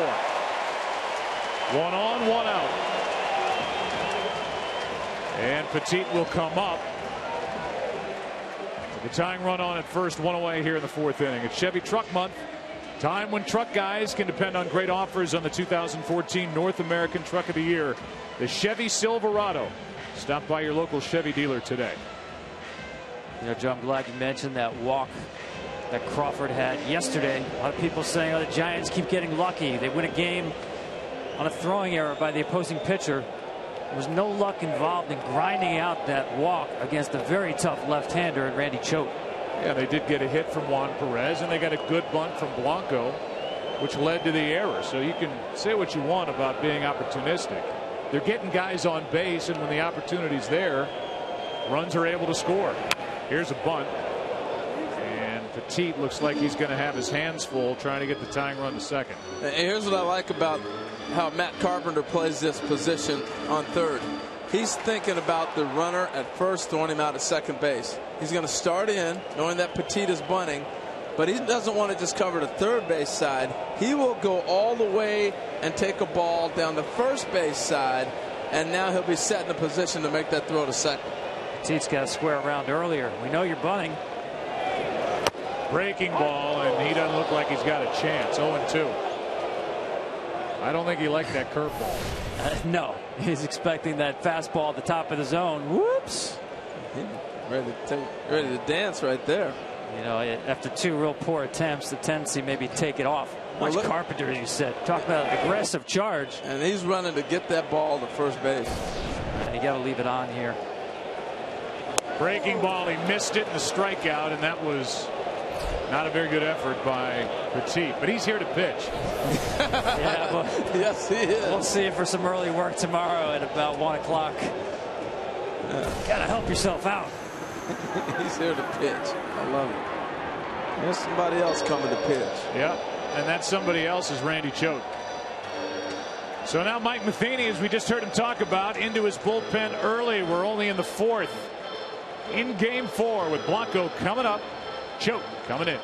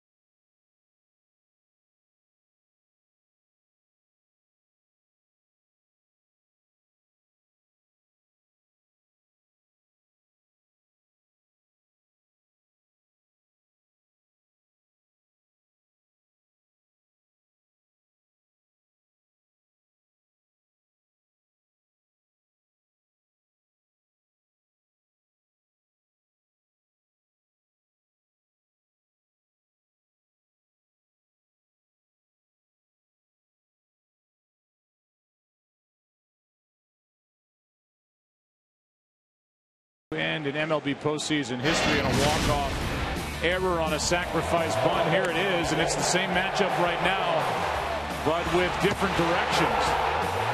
Remember me? How cruel is the game of baseball?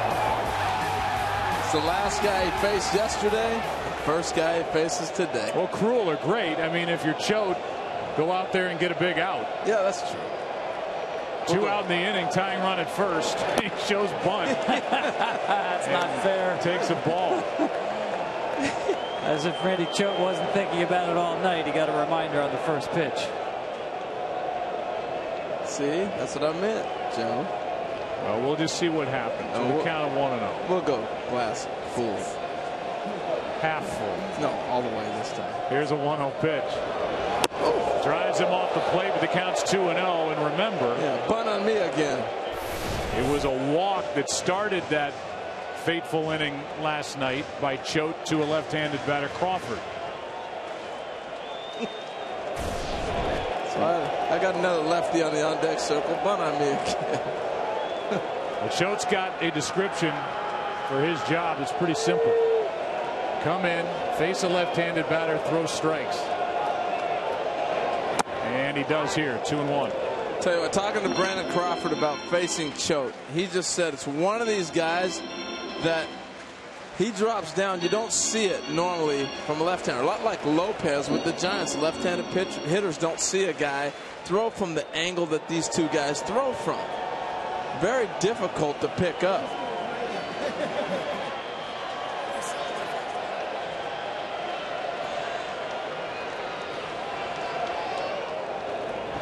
That's down and in, 3-1. This is a guy, Randy Choate, who's given up only 7 hits to left-handers all year. But there's something about Gregor Blanco. 3 doubles in 6 career at-bats against Randy Choate.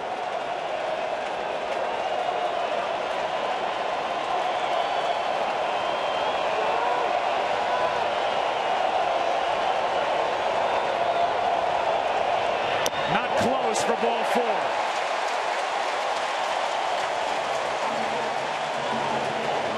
How weird was that game yesterday? The way it ended. It was only the 3rd game in a postseason that ended on an error by a pitcher. Look at the first one. Exactly 100 years and 5 days ago, it was Bullet Joe Bush in the role of Randy Choate. And look at the situations. First and second, check. Nobody out, check. Bunt, check. Thrown ball away, check. And the final score, check again. 5-4 in both cases. So now the tying run is at second with 2 out, 2 on. And Joe Panik, the rookie, 1 for 2. Down and in, and Randy Choate can't throw a strike. Can't find his release point. I thought the 2-1 pitch to Blanco is the pitch he usually gets the fade back over, a little bit of a cutter, and he missed on it. And he just hasn't been able to find that release point that he's been so effective with all season long facing a left-handed hitter. You know, you could look at the move with Choate a couple of ways. Marco Gonzalez is another guy that was a possibility and could give you length in the middle innings here. A left-hander to come in and face a left-hander but go more than one. The Cardinals don't have their pitcher spot due up for 8 more batters. But the call is Choate. He's walked the first guy. And he's 2-0 on Joe Panik. And here comes Derek Lilliquist with Carlos Martinez getting ready for the Cardinals in their bullpen, and Buster Posey on deck. Yeah, you're not going to get length from Randy Choate. And to fire your lefty specialist this early in the game tells you how important Mike Matheny thinks the sequence is. That conversation right there was not a, hey, get a ground ball, he might be chasing one. No, that was, let's go, let's get it going, throw some strikes here, bear down. Lilliquist was not very happy right there. I like that. Sometimes you got to shake a guy up, and all of a sudden they lock in. Not that he's not aware of the enormity of the situation, but sometimes you got to shake a guy. There's a tying run. There's a go-ahead run here in the 4th. And the count 2-0. Panik sitting on a pitch. There's a strike, 2-1. See Choate snapping at him when he gets it back from Krasinski. The body language changed immediately after that conversation. Now his go-to pitch when he's right is the slider right here, rather than double up on that sinker.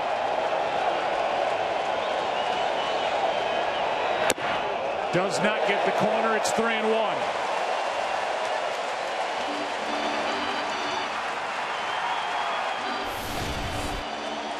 Did go back to the sinker, and again, as you said, Harold, fighting release point.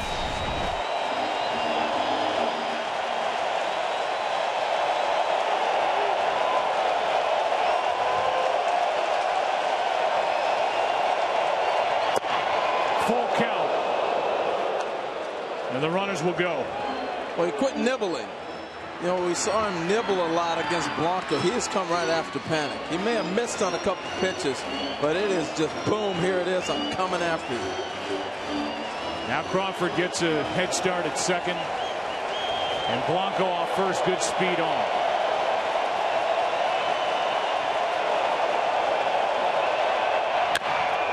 Choate makes the play.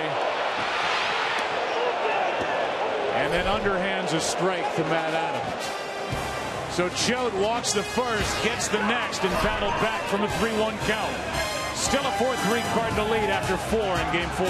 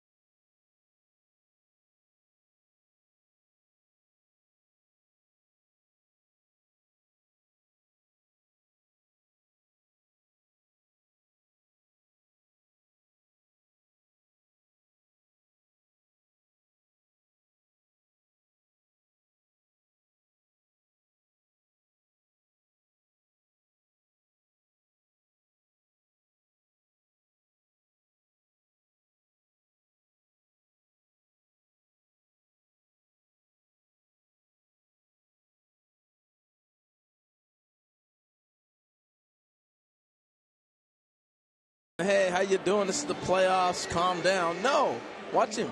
Let's go. Let's get it going. And sure enough, he got more aggressive. Came back through strikes. He didn't nibble with the slider, trying to trick guys. Went right after him. And puts a smile on his manager's face.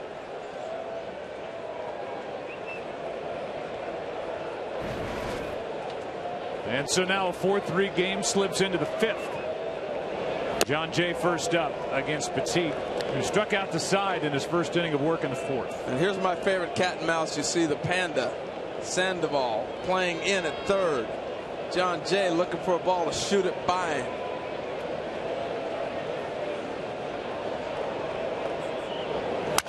Gets under it, flies it into shallow center. Long run, Blanco. He's there, 1 out. Well, the ALCS is over. The NLCS continues tomorrow back here, Fox Sports 1. Game 5 coverage begins at 7 Eastern, 4 Pacific on Fox Sports 1. Streaming live also on Fox Sports Go. And a matchup of Adam Wainwright, who's 0-1 this postseason, an ERA of 8 in 2 starts against Madison Bumgarner, who did that in Game 1 and is 3-1 over his last 4 postseason starts with an ERA just over half a run. Here's Holliday. Double his last time up, 1 for 2, a run scored, strike 1. Yeah, and I've had my eye on that bullpen for St. Louis, thinking maybe this is a spot for Michael Wacha. Obviously, as a trained starting pitcher, he would need time to get loose to start an inning, but instead, it's Carlos Martinez. We saw him up last inning. And I think what this tells me is that in a close game, that's not enough room to use Michael Wacha. And by that I mean he's had so much rust at this point that he needs a little more leeway in terms of the game situation than to trust him in a 1-run game out of the bullpen. Walker's best pitch is his changeup, with great tilt on it, and not being able to find that same tilt and that good feel for his changeup with the long layoff, with a stress reaction in his shoulder that put him on the DL. If he doesn't have that pitch, he becomes a more typical right-hander. When he's got that pitch, we saw it last year in the NLCS. He was the MVP with 2 wins over Kershaw and the Dodgers. And the Cardinals went through this last year with Shelby Miller. A weapon out of the bullpen went unused, and it got to the point where he had too much rest to pitch in any kind of a high leverage spot. Here's a 2-1 to Holliday. 2-2. Wacha last pitched, by the way, on September 26th as we play here on the 15th of October. I want to take you back to Matt Holliday and show you what has been happening with him at the plate. First inning, ball was getting back too far on him. All right, we always talk about let the ball travel. This is getting too far back on him. He said, I got to get the ball out and push it more. Right there, you see him get the ball further away and go get it. And that's been the biggest difference, he said, from the first half of the season to the second half. That's hammered, left side base hit. Go out and get it. And he ripped it past Sandoval for a 1-out single. See, once again, ball is going to go out. Instead of letting it travel too far back, I got to extend a little bit more. The opposing 3-4 hitters against the Giants through the first 8 games of this postseason were 5 for 65. Tonight they're 4 for 5. 2 hits for Holliday, 2 hits for the guy at the plate now. Adams 2 for 2. So the Giants pitchers, both starters and relievers, have handled the 3-4 combos. For the Pirates, the Nationals, and up until tonight, the Cardinals. Look at how they're trying to plug this hole on him in short. Remember, he got the base hit that way earlier. Now they've moved Sandoval into that hole a little bit more. Pinch in the middle. Breaking ball for a strike. Yeah, I asked Ron Rodas, the bench coach, about that with Adams, and he said a lot depends on the pitcher on the mound.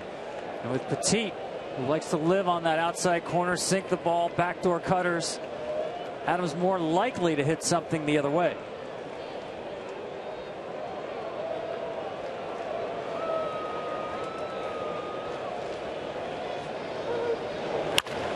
Should be 2. That ends the inning. Crawford took it himself halfway through it. Game 4, the NLCS, bottom of the 5th rolls in. 4-3 St. Louis.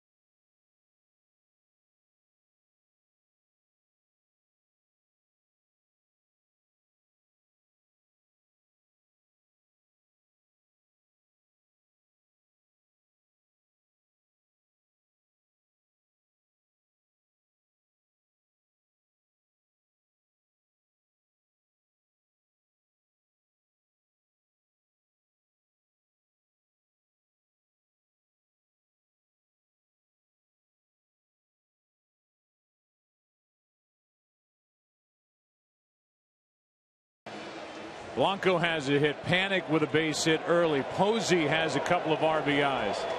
RBI for Pence, who's 2 for 2. And off we go into the bottom of the 5th inning, and Carlos Martinez, his earliest work in a long time. Breaking ball stays inside to Buster Posey. The Cardinals up 4-3. Well, the one guy who's locked in for the Cardinals is clearly Kolten Wong, but I think Buster Posey's getting on one of those rolls. Haven't seen the power, but he's seeing balls well. 1 ball, 1 strike as Martinez hits 99 miles per hour. And I don't care how good you're seeing the ball. 99 just kind of shows up pretty impressive. Another one of the young, hard-throwing kids out of the bullpen. No Waka, it's Martinez in the 5th. Brzezinski tried to frame it, ball 2. Woo! 100 miles an hour, and you can hear it. You hear the difference?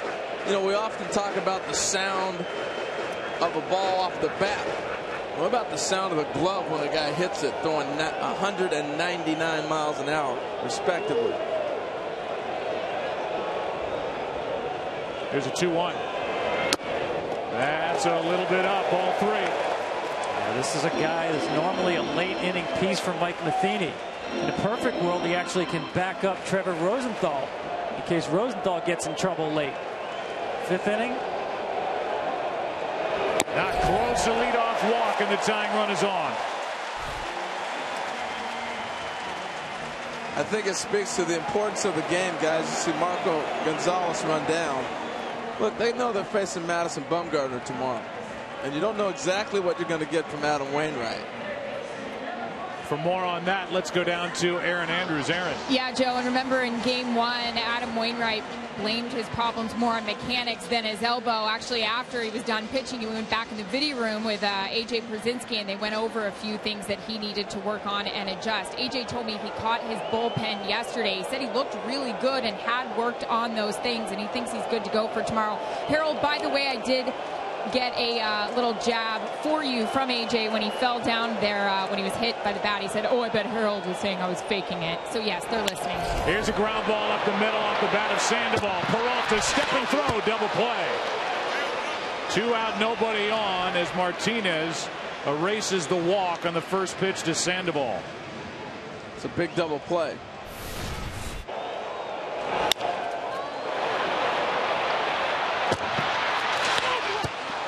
I like how Peralta took it himself. Last time we saw Wong come a long ways. When you got a left-handed hitter and you're playing in the hole, you tell the shortstop, take it yourself, I'm not going to get there. Remember the double play Kolten Wong turned earlier in the game? He had a long way to go to turn that pivot. That was way back in the 1st inning. Here's Hunter Pence, who's 2 for 2. Strike 1. Carlos Martinez, Tom, obviously wants to be a starter. He's been frustrated the early part of his career here that he's not one of the 5 for Mike Matheny. He made 7 starts this year because of injuries, as Brzezinski tells him to get his arm up. But here he is pitching in the 5th inning of game 4 in relief of Choate after Miller went 3 2/3. You know, I said at the top, there's something about game 4. Strange things seem to happen. The swing game a lot of times in the series. The ultimate game 4 in a 7-game series for me, 1993 World Series. Toronto beats Philadelphia 15-14. And I still can recall that game at Veterans Stadium, a fan in the stands holding up a sign that said it all.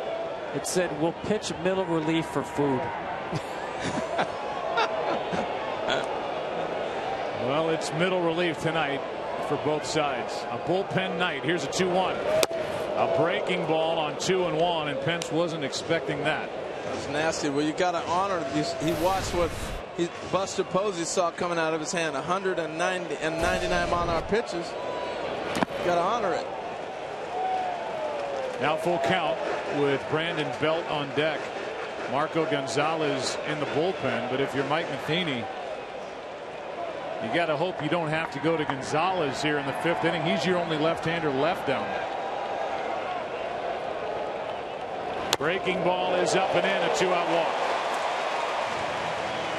2 walks in the inning with a double play ball in between. Here comes Brandon Belt. You want to question the 3-2 hook right there. I mean, he's throwing 100 miles an hour. We watched him throw up by Buster Posey when he knew it was coming in a count when he was sitting 1-0 looking for a fastball. I just think when you hold 100 in your hand, you got to let it fly. A lot of respect for Hunter Pence's ability to hit a fastball. I'm with you. Throughout that at bat, changeups, sliders. Here's Belt, 0 for 2. I'd like to jump on one here. The tying run at first, 2 out, ball 1 up and away. By the way, the last time Carlos Martinez worked out of the pen this early in a game, as he takes over in the 5th, was June 1st against the Giants.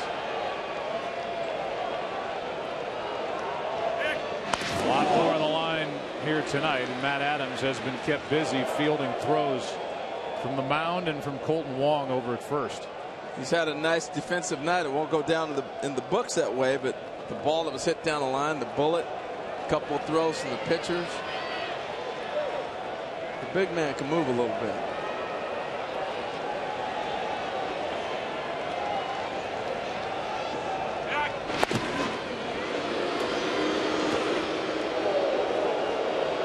That's all called from the bench. Obviously no Yadier Molina behind the plate. He led the league throwing out 48% of potential base stealers. It's A.J. Pierzynski. No stolen base attempts yet for the Giants in this NLCS.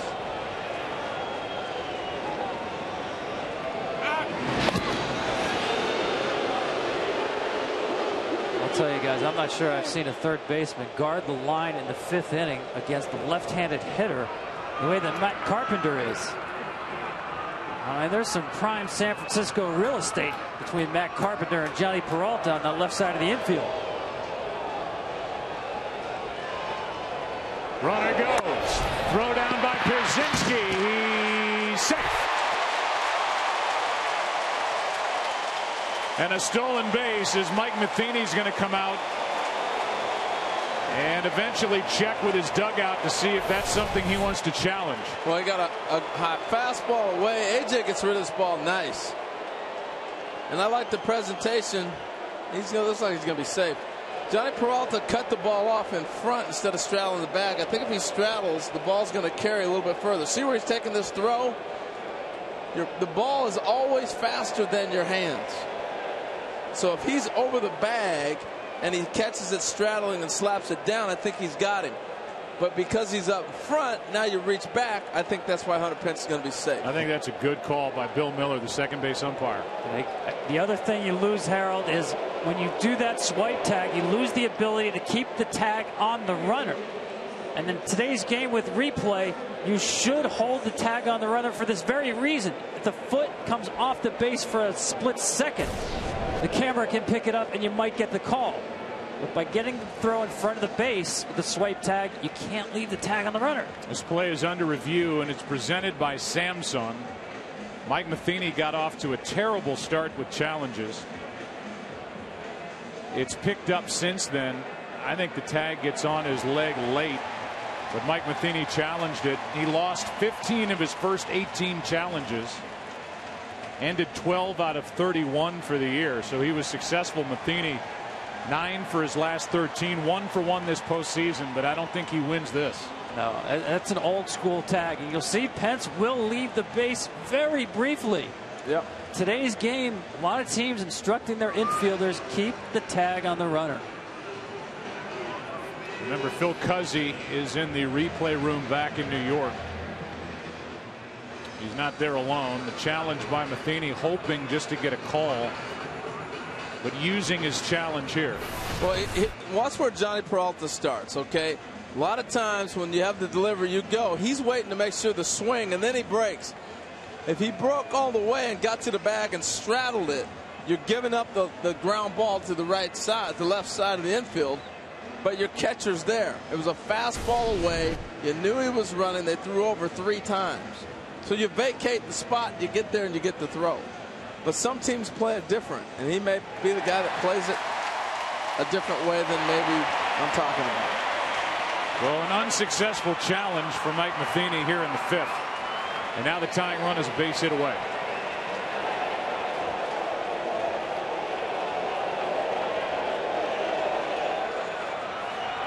One ball, one strike on Brandon Belt. who has 1 RBI in this LCS. A walk and a stolen base by Pence. He's had a nice night. Strike 2. Love the strategy of the challenge. You know, I didn't think it was an obvious challenge, but it's such a big call. You take the chance. Now he's out of challenges, but he has to get through just 1 more inning, because after that he can go to the umpires and ask for a review of a play that he thinks a call was missed. Tying run at second, 2 out, and the 1-2. 98 from Martinez, ball 2.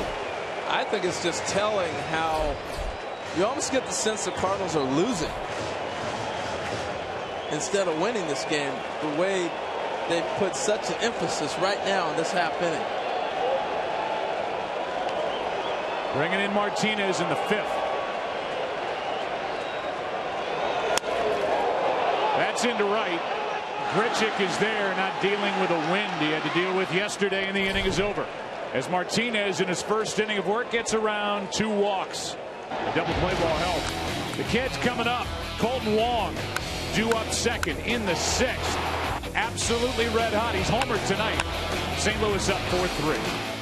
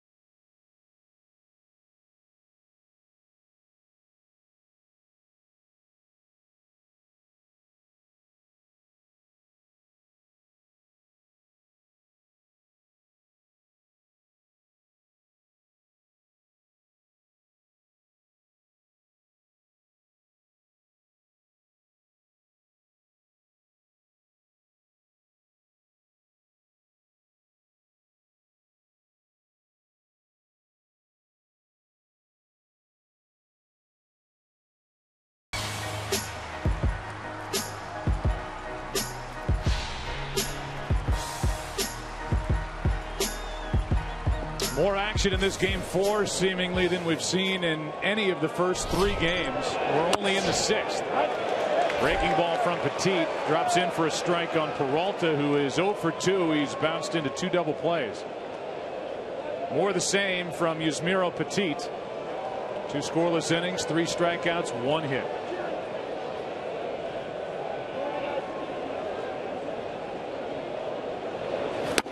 Strike 2. Well, I said game 4s tend to be manager games. You get deep into rotations. The only time in a series, 3 straight games in 3 days. And Mike Matheny managing with his foot on the accelerator in this game. Knowing his team needs it, facing Madison Bumgarner tomorrow night in game 5. And we came in, Harold, thinking this basically fell into a must-win category for the St. Louis Cardinals, down 2-1 with Bumgarner tomorrow. Oh, absolutely. And because Bumgarner was so dominant and he's been so great as of late, including the postseason, you know you have to try to pick up this game. And Mike Matheny has managed it in that manner.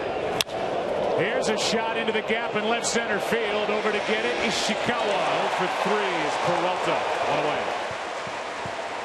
About the first 3 games, it was dominated by Bumgarner. Got into the 8th inning, no runs, 4 hits, and a 3-0 win in St. Louis. Game 2 was crazy. All the home runs, and it was won with Kolten Wong going deep to lead off in the 9th. Then game 3, after blowing a 4-0 lead, the Giants came back with a run on a throwing error by Randy Choate in the bottom of the 10th inning to win it 5-4. And there's the guy who gets the ball for the Giants tomorrow, the 25-year-old left-hander. Here's Wong again. Strike 1 on the outside corner. And that's what they mean about how an ace can affect the games. He's not pitching. You manage this game knowing that Bumgarner is sitting there for the Giants for game 5.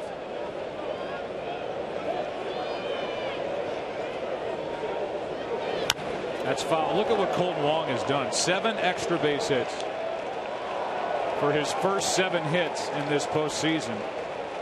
And he's the 2nd player in baseball history to have his first 7 hits go for extra bases. The only other for the world champion Twins, Greg Gagne, in 1987. And this kid's a rookie. He's 24.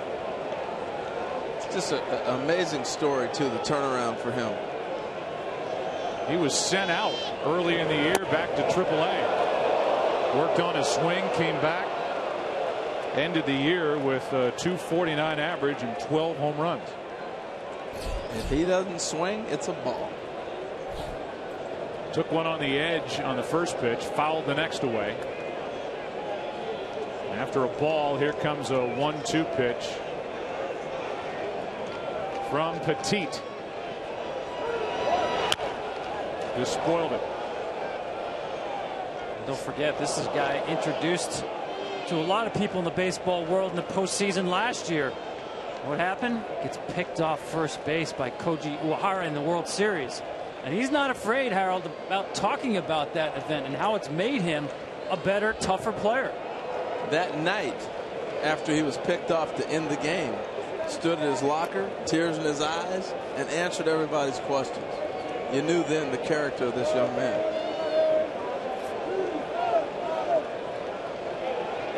Trying to get on with 1 out here in the 6th. St. Louis up 4-3. That's outside, 2-2. You know, as much as the players agonize, so do their parents. And so the other night he hits a home run. His dad, who's been his hitting coach and coaches basically his whole life, is crying on the game-winning homer, you know, when he gets a chance to call home and talk with him about it. It's great. He's homered here tonight. That's down and away, a full count. You're locked in, Mr. Wong.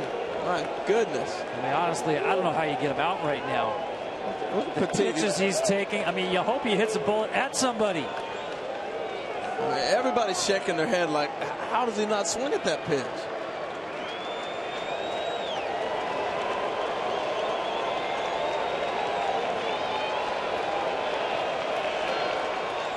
Timeout.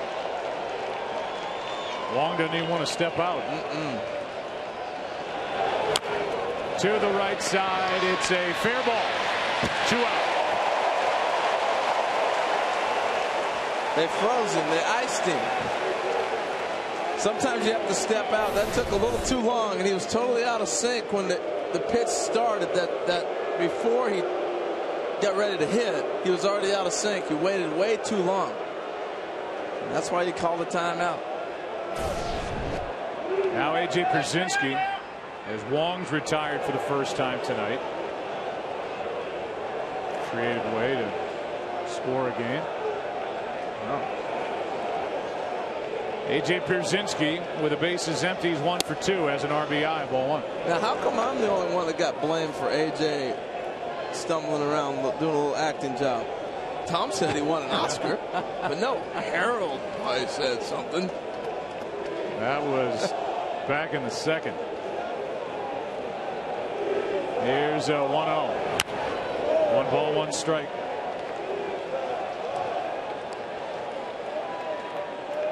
Let's go down to Ken Rosenthal. Kenny. Joe, AJ, among his many other feats, can claim to be the only player in history to be signed straight out of Cooperstown. He had just been released by the Red Sox. He was on an RV trip with his family and Aaron Rowan's family from Orlando to Cooperstown for former teammate Frank Thomas's Hall of Fame induction.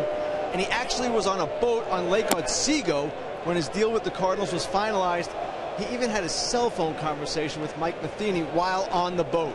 And only AJ, guys. Yeah, and at that time, he lied to Mike Matheny. Matheny said, "You've been keeping in shape? You've been swinging a bat?" Absolutely. Been hitting every day. He said, "I hadn't hit for over 2 weeks." He gets signed. He shows up at Wrigley Field and has a 3-hit day, his first day as a Cardinal. That's in the dirt, and the count 3-1. You know, they do have batting cages across the street from Doubleday Park there at Cooperstown. I think he jumped in there. I just laugh every time I see this. After they sign him, got to get some work in. Saying the bat didn't hit him, but it was the follow-up. But I got blamed for it all. Yeah. Joe, you were there. Tom, you guys were there. Pierzynski's sitting on a pitch, and now steps out. Obviously, we have some fun with AJ, who's been a part of our postseason baseball coverage at Fox and Fox Sports 1. Now he's playing in it. Good rip, full count.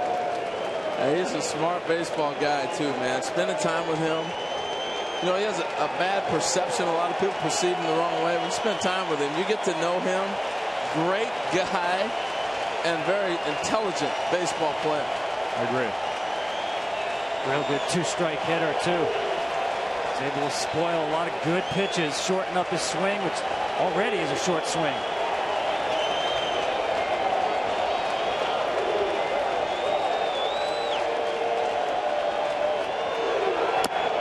It's a 2-out walk, and Pierzynski flings the bat all the way back to the on-deck circle as the 6th inning, the top half, is still alive.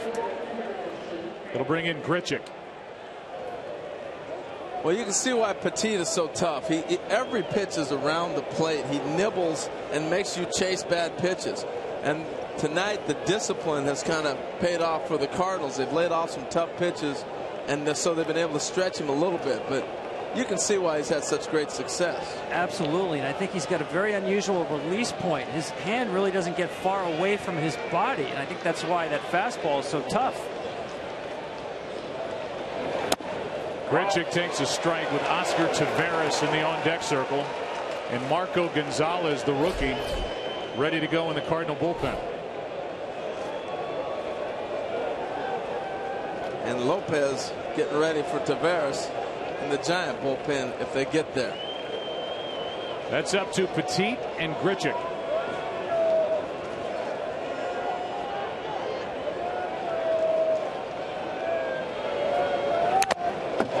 Strike 2. I think he missed one right there. He got a breaking ball that came back out over the plate. Here's the release point you're talking about, Tom. There, see a lot of pitchers get the arm way out here, and with Petit, it's more closer to the body. A check on Pierzynski, who gets a laugh out of that.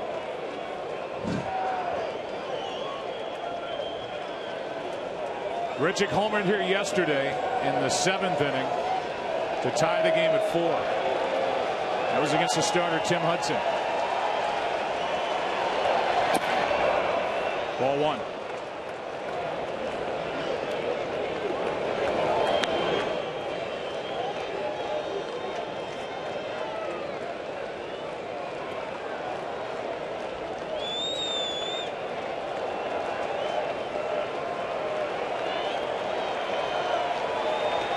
Second time Grichuk has faced Petit in this game. Struck out his first time.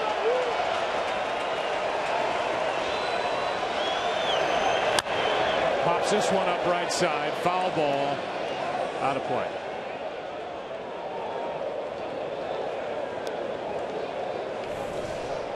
Again tomorrow night on Fox Sports 1. Coverage starting at 7 Eastern. It's game 5 of this NLCS. Wainwright and Bumgarner. Looking at AJ's pants over there with the wardrobe malfunction with the ripped knee. Tough night for the equipment manager tonight. A lot of dirt on the uniforms. And some sewing assignments after the game. It's a great rip rolling for the Cardinals and Mike Murphy for the Giants.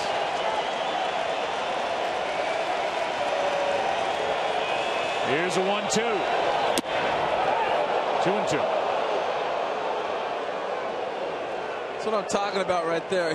Petit nibbling on the corner again. Such a tough at bat because everything he throws, this one's a little bit further off the plate than I thought, but he is always trying to live on the edge.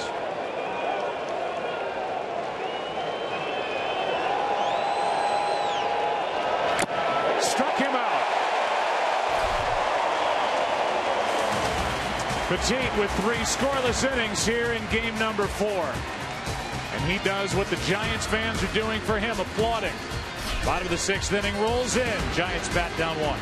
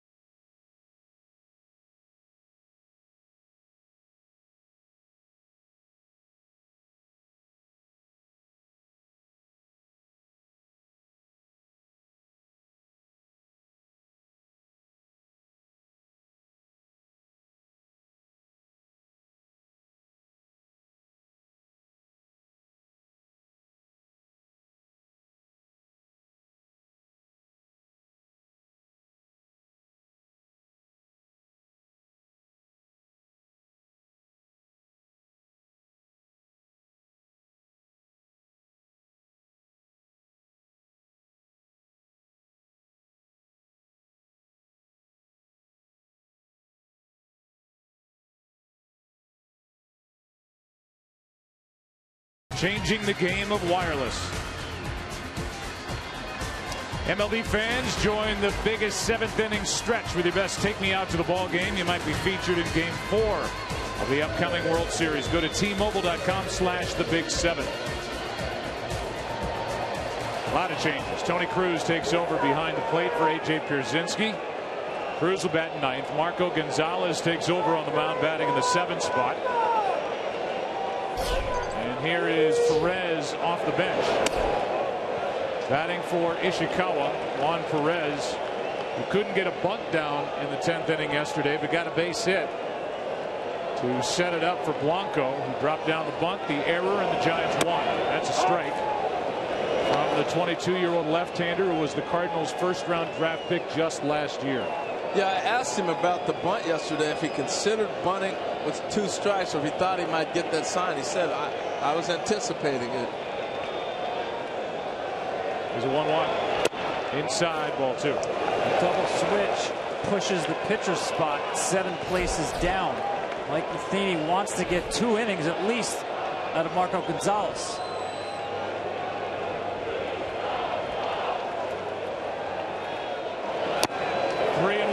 So as we were talking, Tom, explain how you think he's going to get through this game. Well, he's already used 4 pitchers to get the first 15 outs of the game. Randy Choate was in a game in the 4th inning for the first time in 10 years. You don't think this is important?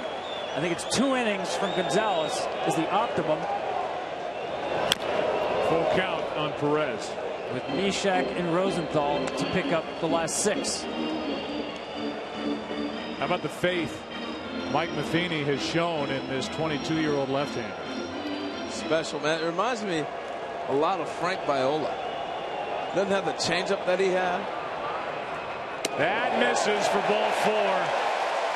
And it was not a 3-2 fastball. Leadoff walk. That's the changeup. It tells you how much confidence he has in that pitch. It is his best pitch, but certainly it's just tough right there, leading off an inning with a 1-run lead and missing so badly with it. Cardinal bullpen going to go back to work.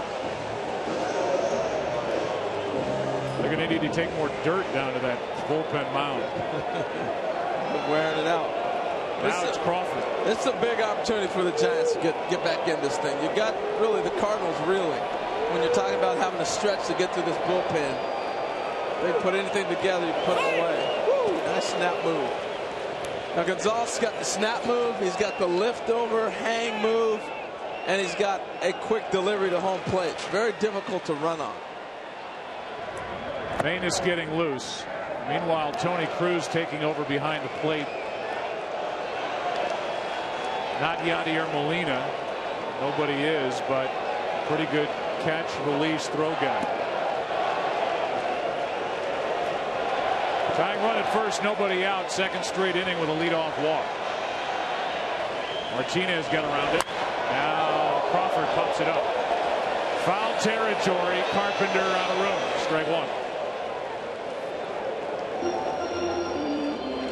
Well, we watched Bochy give you a shot, take the swing, and then drop a bunt to move him over. And with Michael Morris hopping out there on the on-deck circle, I think they were kind of hoping to sneak him in there before Manis got loose. We got Morse on deck, and then more left-handed bats. 2 more with Blanco and Panic. Lefty on lefty here. That's upstairs, ball 1. I'm talking with Brandon Crawford earlier today about facing Choate, and we talked about how deceptive he was. Feels a little more comfortable with Gonzalez. He's a little more traditional with getting up to the top of the zone. You can see the ball a little bit better with the delivery than you can a guy that drops down. He did not swing at that pitch as they appeal to the third base umpire, Paul Emmel. Looked like a good call on the check. One frame of reference a third base umpire will use is that foul line. If the barrel crosses that foul line, because the umpire is set up looking right down the line, you're more likely to get the strike call. So we count 2-1.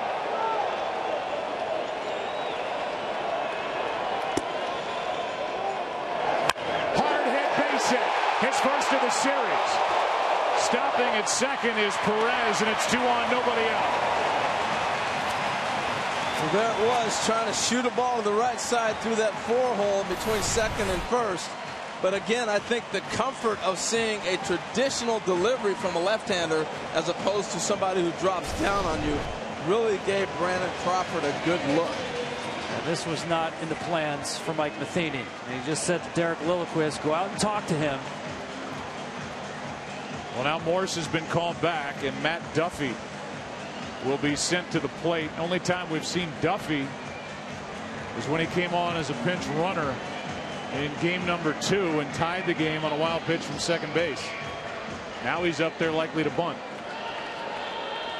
He came on my radar earlier in the season. About a month ago, they were playing a game in Arizona, and he had a big hit late in the game for the Giants that propelled them to a victory. So it wasn't the bottom of the inning, obviously, on the road. But he had a great at-bat, hit a ball up the middle, fouled off 2 or 3 pitches, and then took a ball back up the middle for one of those 8 RBIs. Well, here he is with 2 on and nobody out. His team down a run in the bottom of the 6th. How you playing it, Tom? I'm bunting right here. We do have some options. He does handle the bat well. Good contact hitter. Only one sacrifice in the big leagues for Duffy. He gets it down. The play to first. 1 away, and the runners advance to second and third. Well, that's a beauty. Got a high fastball, but he deadens it in the dirt. And again, just force him to make a play. Here's a high pitch. You see he gets on top of that. Just look at what the position he's in. You get above the baseball, and you want to deaden it in the dirt in front of the plate. Excellent job of bunting. There's 2 things he could have done. He could have bunted it hard to third, or you dead it like he did. Great bunt. Great shot. Hear that phrase, Harold? Catching the ball on the bat with the bunt. You saw a little bit of a recoil, a little give with it. Excellent job. Now the infield in. Runners at second and third for Gregor Blanco. 1 for 2 tonight. Tying run at third. Go ahead run in scoring position at second. Ball 1 up and in. This is as a lefty, you want to hang in as long as you can against the left-hander, and whoa, almost hung in a little too long. Well, clearly they want to pitch him inside. We watched Randy Choate knock him down with a pitch inside, and now Blanco gets knocked down right here with Gonzalez. So they're just trying to pitch in on him. Well, you saw Cruz, though, setting up away. He just missed location. Cruz reacted well to that pitch.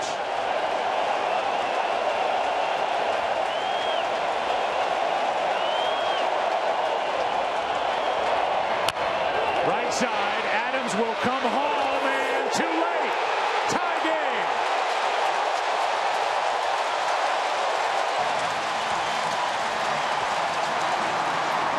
This play happens right here because Adams stumbled as he filled the ball in the backhand. He took an extra, it gets his cleat caught in the grass and he stumbles. So now it takes him off balance. Watch right here. He had to take an extra step to try to get himself under balance. He's going to trip, then try to get himself back under control. And by then, they're going on contact. Oh, I love the contact play there. More likely to run that when you have a trail runner behind you. Watch this. Take the guesswork out of it. As soon as that ball hits the ground, Perez is off. Infield in, so what? Make them make a play. The Cardinals couldn't make the play. It's a fielder's choice RBI. The Giants score another run without a hit. And it's first and third, 1 out. And now Joe Panic in a 4-4 game. Ball 1 for Marco Gonzalez. Juan Perez, who led off with a walk with a good base running. What set it up was Brandon Crawford's hit, his first hit of this series.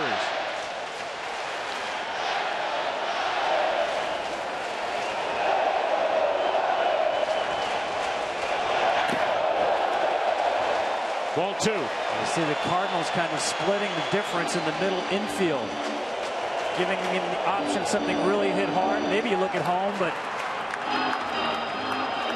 Well, it's going to be tough to turn it regardless, unless it's hit going towards the bag. But I think we're starting to see a little fatigue out of Gonzalez for the first time in the postseason.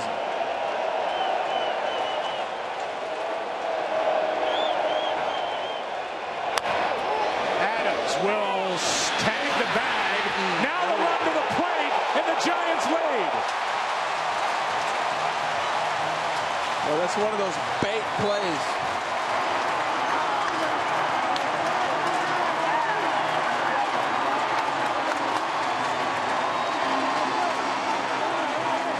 Adams has had 2 cracks at a play at the plate.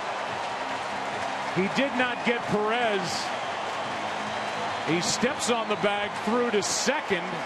Doesn't get the out there, and when that happens, Crawford scores for the lead. Just a little bit of trouble on the transfer. Didn't have a good grip, and he threw a changeup to second base. Well, what I said by a bait play, this is one of those plays. The run is more important than the double play here at second base. You're not going to turn it. So as soon as that ball took him to the bag, he got the out. You got to look home. Don't worry about that guy at second. You got to look home because that run is more important. Peralta had no throw to the plate, and another ball that doesn't leave the infield. The Giants have scored 2 and lead game 4, 5-4.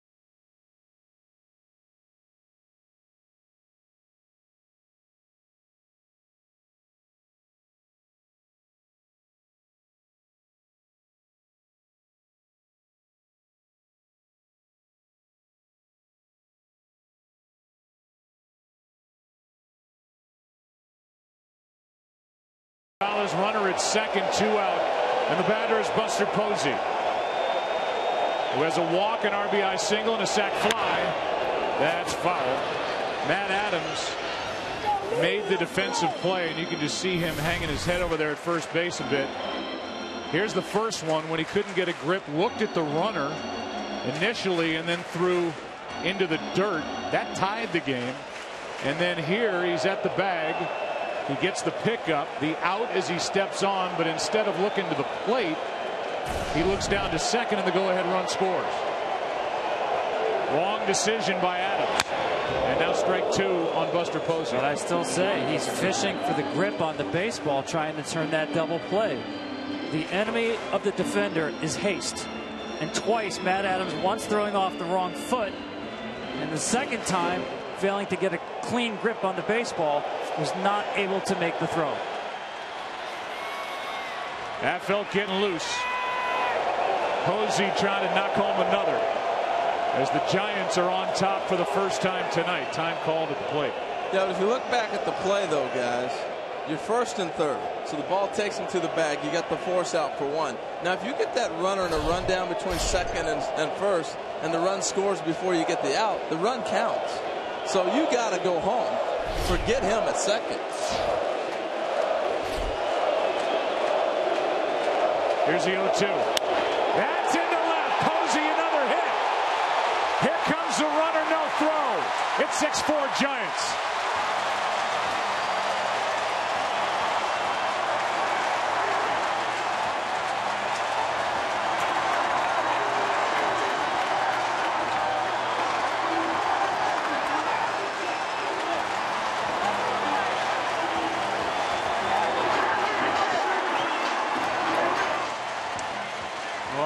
We know he's an extreme ground ball pitcher. There you can see a good example of the sink on that sinker. That one left up a little bit, and that one left up even more. 3 looks at the sinker, but each one a little bit higher, and that spells trouble for Seth Maness.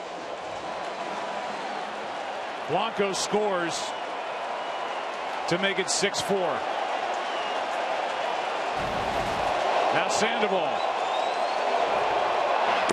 Well, one outside. Well, they got the inning started and they cashed in. And that's what you have to do in this situation. You can feel the momentum changing in the stadium and in that dugout over there with the Giants. Put together a nice half inning.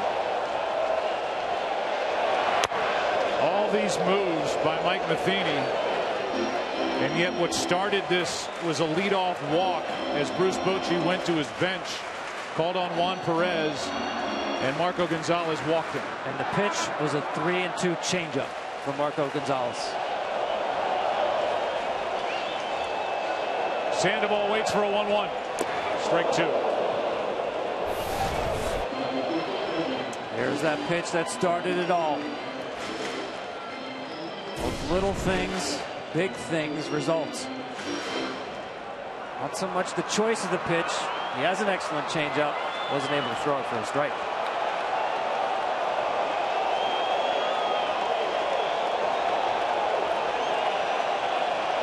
Three runs on 2 hits in the inning for the Giants. Outside. 2-2.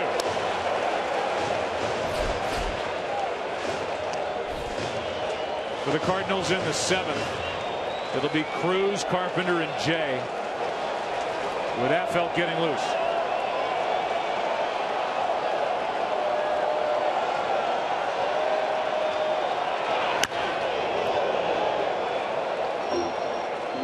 Meanwhile, how about Yusmeiro Petit? This postseason, 9 innings, no runs, 2 hits, 11 strikeouts. He's the pitcher of record for the Giants. He went 3 innings tonight, 4 strikeouts, and only 1 single allowed. Amazing. I mean, the game was madness until he got in, and it all stopped.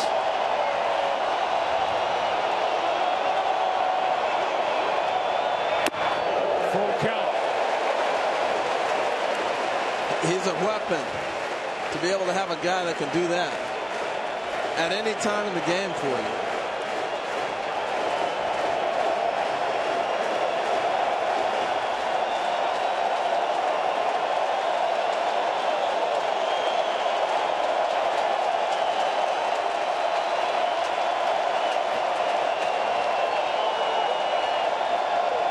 Runner goes, and another one into left center for a hit.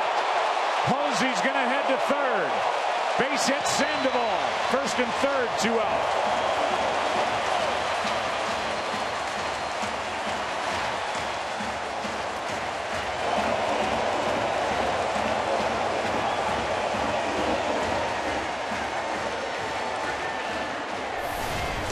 Well, first batter of the game, Gregor Blanco had a double. Since then, nothing but singles in this Giants attack and mistakes by the Cardinals. And I really think they've gone to the well with Maness and Gonzalez, and they're tired, and you can tell.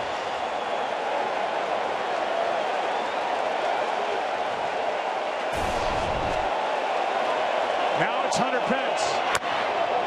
Strike 1 on the inside corner. 8th man to bat in the inning. Pence has a perfect night, going 2 for 2 with a walk, a steal, and an RBI. Maine is trying to keep this now a 2-run game.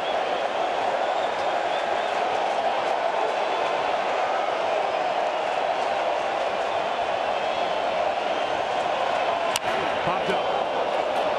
Should end a 20-minute half inning, and Matt Adams is there, heavily involved defensively for the Cardinals in the inning. The Giants are doing their thing yet again in Game 4. The celebration in the dugout. A 3-run frame and a 2-run lead after 6. Into the 7th we go.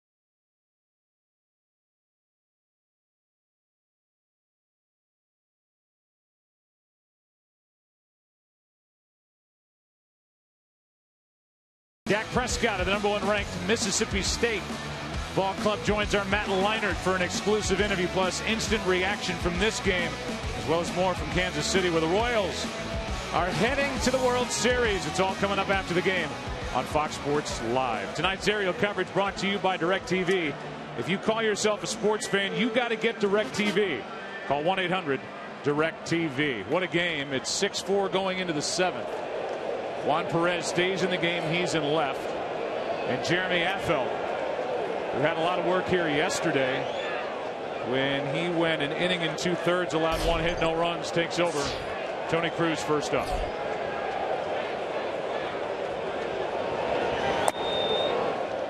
First pitch is a ball to Cruz. Well, Joe, you talked early on that these two teams were evenly matched when the series started. Never knew what might turn the tide. But what I've been impressed with is how deep each roster is. They got a lot of good players. I don't think they get the credit for having the talent they have on the field. Well, Duffy dropped down a good bunt in the bottom of the 6th inning. And Juan Perez started it with the at-bat and drew a walk against Marco Gonzalez and scored the tying run. And I asked Bruce Bochy about how long he could use Affeldt. You mentioned that, Joe. He got 5 outs yesterday, and he typically can go 2 innings. Here's Cruz into center field. It'll carry to Blanco. 1 out. Let's go back to that play where the go-ahead run scored. All right, here's my point. Once the ball's hit to Adams, that run is so important that once he catches and starts to throw, look where Crawford is right here. You have to make sure that run doesn't count. Now, he can turn to make the throw, and you're thinking he's got a force, but I believe if he catches the ball in front of that runner, it's going to be a rundown. And because the throw took him in the middle, the guy goes in and slides. And I'm going to disagree with you. There's not going to be a rundown. The runner's got his back to the play. He's going full speed to second. That ball takes the first baseman right to the bag. That's step on first and make a good throw to second base for the tag for a major league double play. The problem was Adams just didn't have a good grip on the baseball and threw a changeup to second base. Well, I respectfully disagree. 1 out, nobody on. First pitch, a strike to Matt Carpenter in this 7th inning that this postseason has been so magical for St. Louis. Well, we watched one decision play out, and it didn't work for the Cardinals, which was the throw down to second. It took a perfect throw to get the sliding runner. There's no force out anymore because he tagged the bag. Meanwhile, the Giants take the lead as the runner came to the plate. Out at first is Carpenter, and Affeldt 2 quick outs here in the 7th. Well, the beauty of this, we have a 3-man booth, and it sounds like Joe's leaning towards my thoughts, Tom. That's so fine. 2 It's out not of gonna 3, change man. my opinion. 2 out of 3. I just know this. After watching this Giants team in October, man, that's the way they score runs. I mean, any other team score in that situation? The Giants now, their last 22 runs, 12 of them, they didn't need a hit to score the run. There's John Jay with 2 out, nobody on. Machi and Lopez now getting loose for the Giants in their bullpen. Jay takes a strike.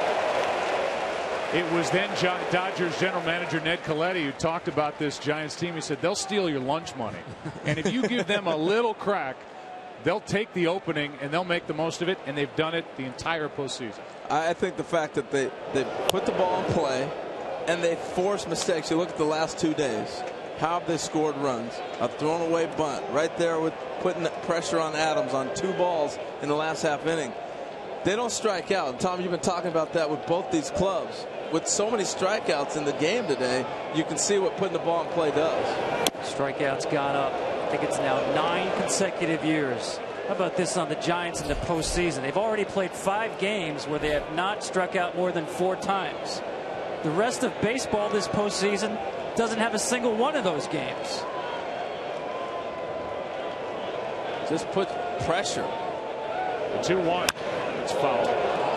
That's the one I've been waiting for 4 days. Shooting that ball right at Sandoval again. Now he backs up with a 2-2 count. Affeldt trying to turn in a perfect inning.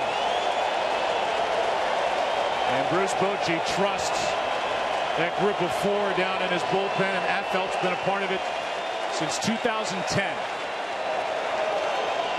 Here's his 2-2. High and tight. The other part of it is, just to go back, and maybe this is too much, but if Adams checks the runner coming down from third, Crawford, they have him in a rundown. Yes. Now you want him to throw across the field when you didn't want him throwing to second base. I want him to run at him. It's an easier throw. And make that throw. It's a way easier throw. 2 out, nobody on. 3-2 pitch. Down and in. Jay draws a walk. Jay 0 for 2 now with 2 walks. And with Holliday coming up, looks like Machi's coming in. Yeah, and I wanted to complete the thought on Affeldt. Very tough to ask him to go back-to-back games where he stretches more than 3 outs. And that's why Bochy had the right-hander up at the start of the inning. So Bochy now goes with Machi. With Holliday coming up. Holliday, only 1 home run this postseason. He'll represent the tying run here in the 7th when we come back.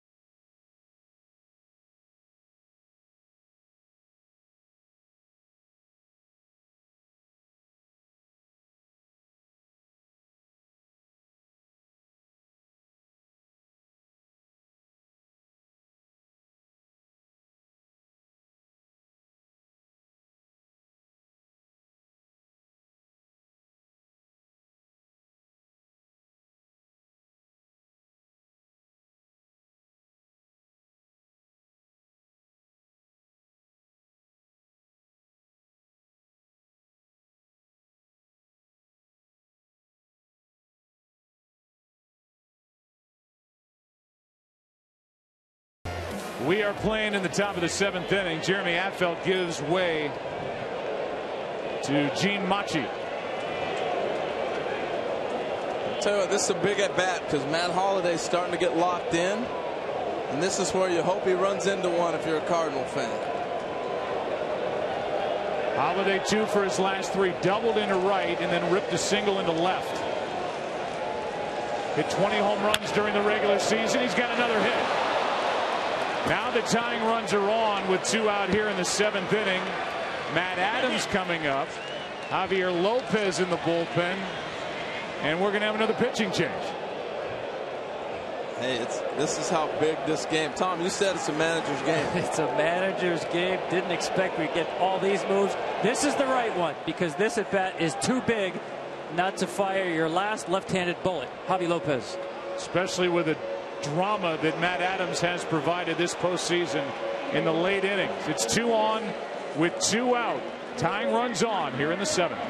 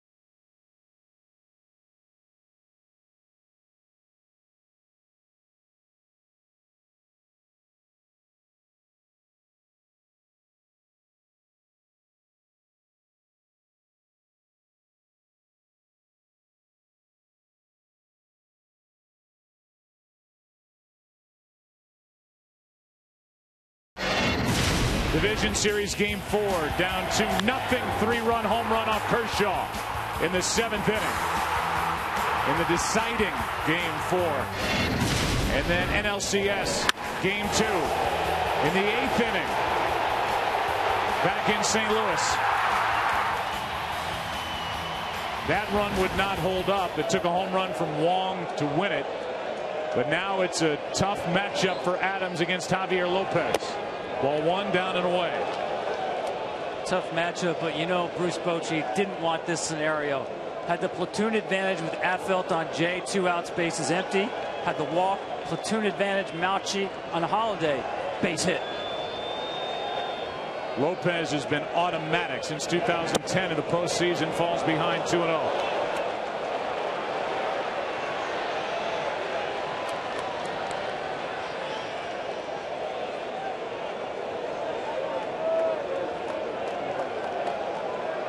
Adams with 2 defensive opportunities in the bottom of the 6th inning. Now at the plate with a 3-0 count. And Johnny Peralta on deck. You saw that ball good right there, too.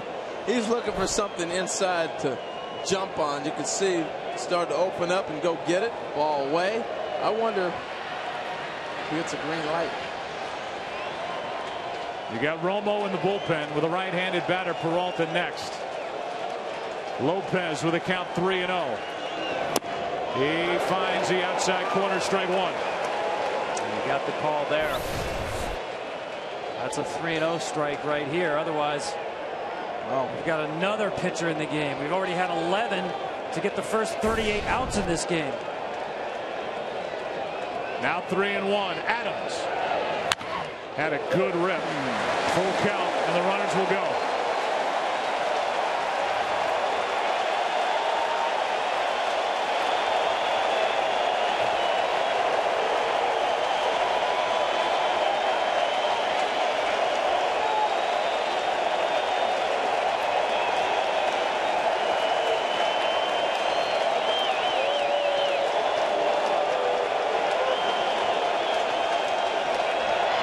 Right side, panic from shallow right, inning over.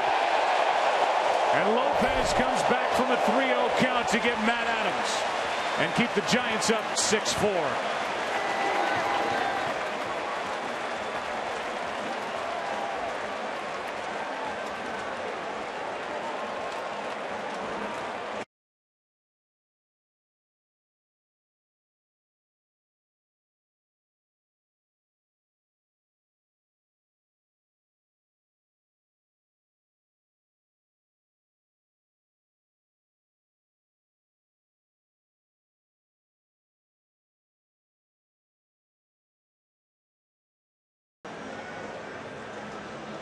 And now for the introduction of God Bless America, let's go to public address announcer Rennell Brooks Moon. Ladies and gentlemen, please rise and remove your caps as we honor America and our military troops at home and around the world. Here now to perform God Bless America, please welcome world-renowned vocalist for Santana, 11-time Grammy winner Tony Lindsay. God bless America,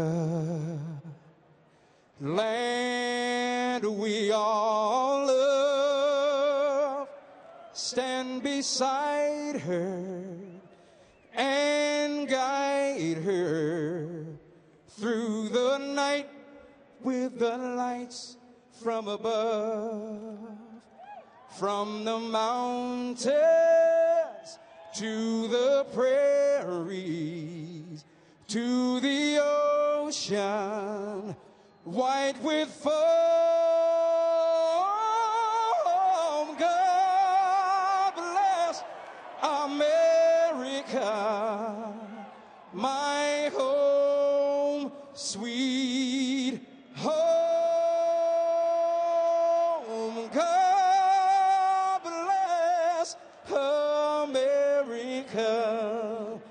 my home, sweet home.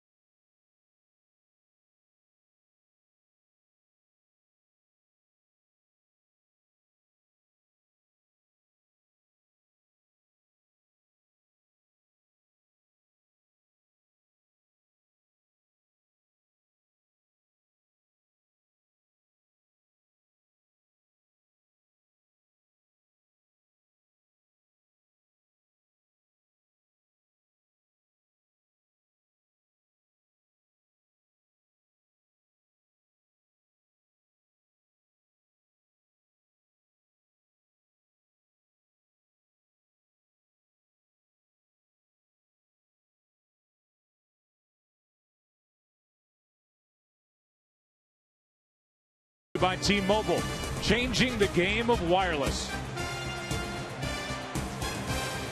Up above, aerial coverage brought to you by DirecTV. If you call yourself a sports fan, you got to get DirecTV. Call 1-800-DirecTV. Base hit off the bat of Brandon Belt, and that's the way the bottom of the 7th inning begins as Seth Maness gives up the first hit of the night for Brandon Belt. Well, you're in a series, and so you see a guy back-to-back more than you usually do. And you can clearly see the Giants have said, look, we're going to be aggressive. Make him get the ball up, but he's going to challenge it with fastballs. They're swinging early and often. 6 times in 7 innings, the Giants have put the leadoff runner on base. Here's Juan Perez. Involved in the game yesterday, got a big hit. Drew an important walk to start the 6th inning, the 3-run 6th. Off Marco Gonzalez as the Giants took their first lead of the night. Already up 2-1 with their ace Bumgarner going tomorrow against Adam Wainwright. That's strike 2. Immediately following this game on Fox Sports Live, plenty to talk about with this game, including a look ahead to tomorrow. Cardinals and Giants, Bumgarner, Wainwright at 7 Eastern on Fox Sports 1.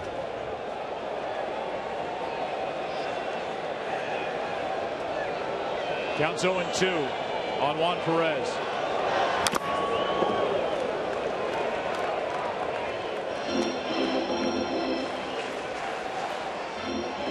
Wore out, man.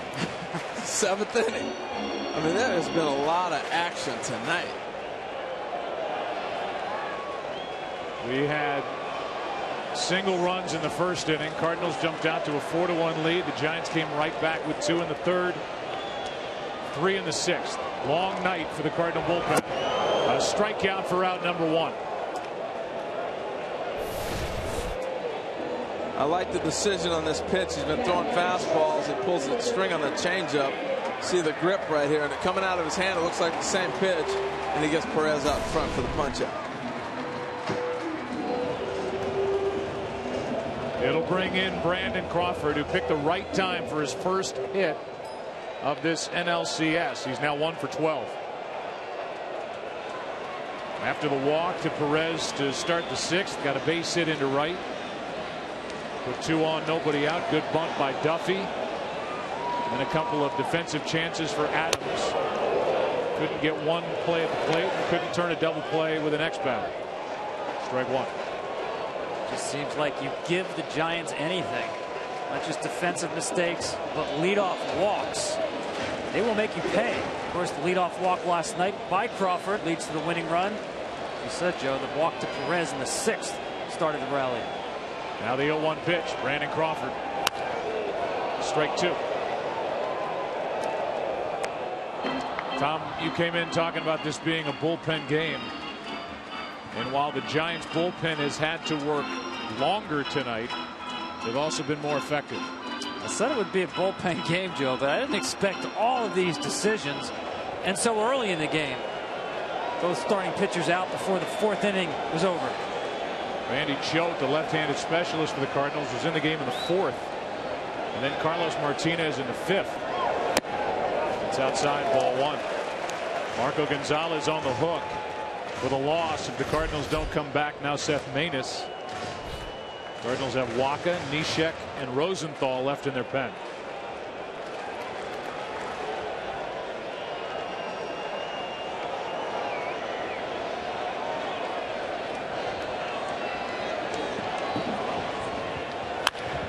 Base hit down the right field line.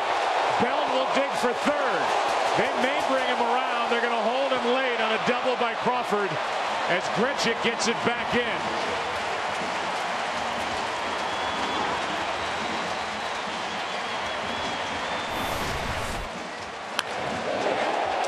Once again, you saw Matt Adams with a left-handed hitter up. Doesn't come off the bag very far. Before, it turned out to be the right spot. This time, the line drive just sneaks past him. Yeah, you're playing in, and this is a missile. And that's a great effort to try to get back and get it. And then the park plays so small in right field. 309. I was with you, Joe. I was thinking Belt was off and running. He might come home, but it kicked back, and Richard made a nice play. Now second and third, infield in, 1 out, and Michael Morse is off the bench. Ball 1 outside with Gregor Blanco next. First base open.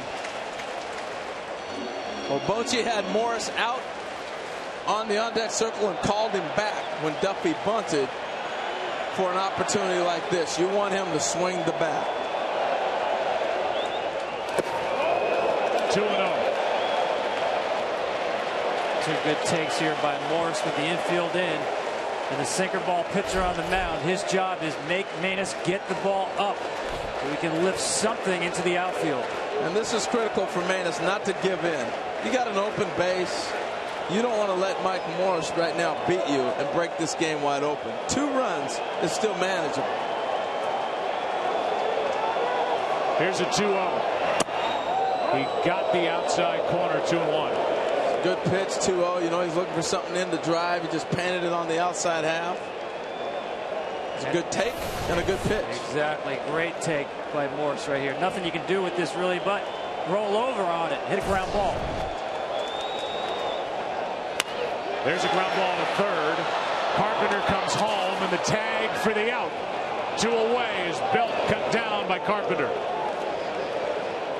I thought that was interesting. You saw the pump fake with Carpenter. He allowed his catcher to give the lane. You know, with the new rule right here, he steps in. You see where he's at. And he allowed him to get to where he could be in position where you're not giving up the run. We've seen this called a few times. See him pump, and then he comes back to the inside and makes the throw. Now he's got a clear lane, and now you're not going to say, I didn't have a lane to slide and give up the run. Here's a great angle for this. He gets ready to throw. He's not there yet. Now he pump fakes and be able to make the throw. Now first and third, 2 out. And Maness will deal with Blanco. Adams to the bag, and the inning is over, and Maness gets around to hitting a double. And sends this game 4 into the 8th inning. Cardinals coming up. Who will bat? Peralta, Wong, then a pinch hitter. Giants lead by 2. Romo coming in.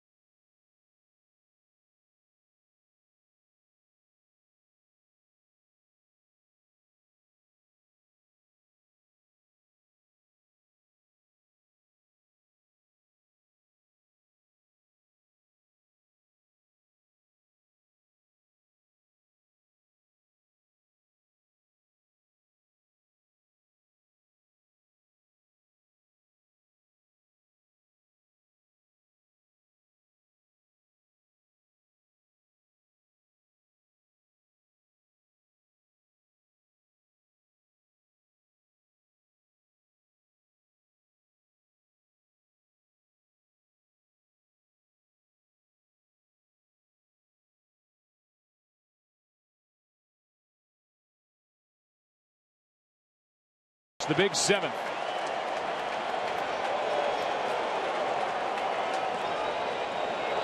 Two fan bases that love their teams, and there's been a buzz through this crowd, a buzz through the first two games in St. Louis, and they are watching their former closer, Sergio Romo, take over in the eighth.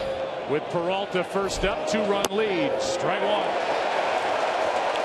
He's back to his old self, too. He featured some fastballs in yesterday's game. Now he comes back with the slider first pitch tonight, and that is his bread and butter. It's Peralta, Wong, and then a pinch hitter. St. Louis down 2. That's down and away. A ball and a strike. Good job by Maness to keep this a 2-run game, getting around the single and the double in the bottom of the 7th. Pat Neshek will pitch in the bottom of this 8th. That's an important point. Fell behind 2-0, Seth Maness to Morris, and got out of it, no runs. Here's a 1-1. Strike 2.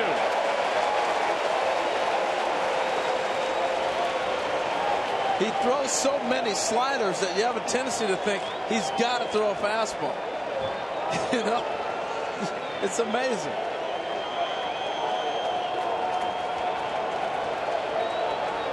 Able to pound that outside corner with that 1-1 pitch. Posey wants it again.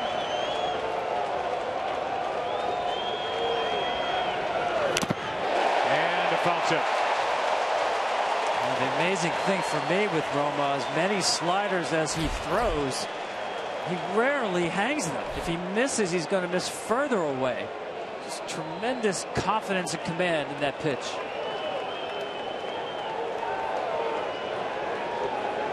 Peralta trying to get on in front of the now power hitting second baseman Kolten Wong.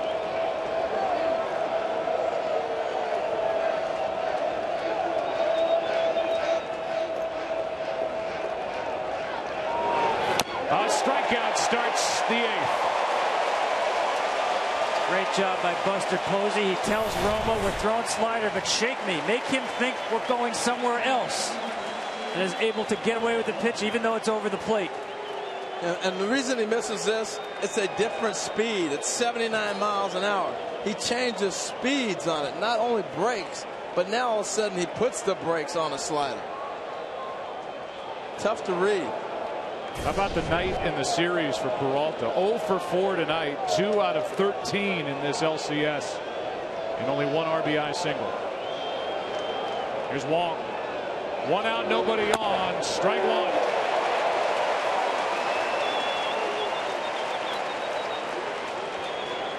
Oscar Taveras is in the on-deck circle to bat for Maness. 0-1 in game 2. He threw a changeup to Kolten Wong.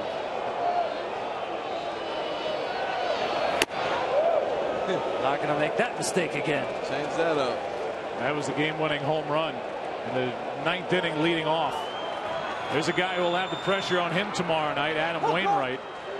The ace of the Cardinals has looked un-ace-like so far this postseason. Bumgarner has looked like the ace that he is. Here's a 1-1. Late swing and a miss.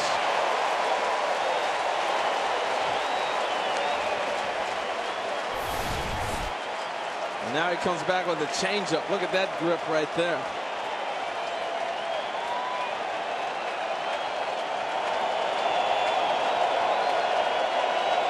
Run on that pitch. Now the guy who caught the ceremonial first pitch tonight when Barry Bonds threw it out, as he does day after day for the Giants, brings home a 1-2. Up and away, 2-2.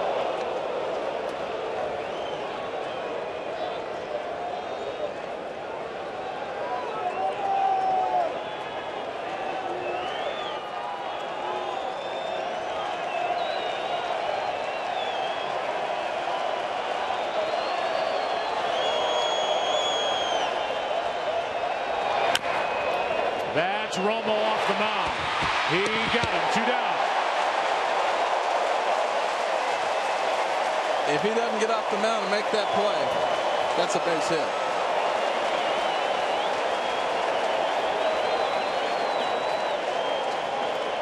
And now POSEY out to allow Romo to slow it down, catch his breath. Talked about Adam Wainwright getting the ball tomorrow night before Oscar Taveras walks to the plate. Let's go down to Ken Rosenthal. Well, Joe, after his last start, Adam Wainwright said his mechanics were all off, that his stride was a foot shorter than it should be, that he was dramatically late taking the ball out of his glove, that he could not get his arm in the proper position. Now, in that bullpen session that Aaron talked about earlier, he said he put more effort in. He said his arm feels better now, his delivery is sharper, but of course he expressed the same kind of confidence before his last start. Now he has to show it. With 2 out, nobody on. Taveras.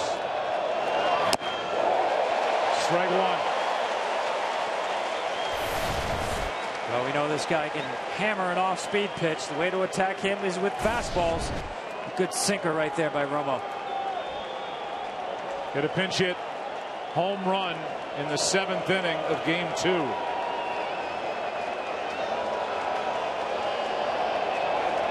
One thing he did well, his first taste of the big leagues, was hit off the bench, and he's on here. Oscar Taveras with a 2-out single into left center. Back here, back here, back here. And the guy who was 6 out of 17 in the regular season as a pinch hitter has a knock. I love the fact he covers a lot of the plate. He's aggressive. Coming off the bench, you got to let it fly. You can't sit around and wait. Took a nice pitch down the way and drove it the other way.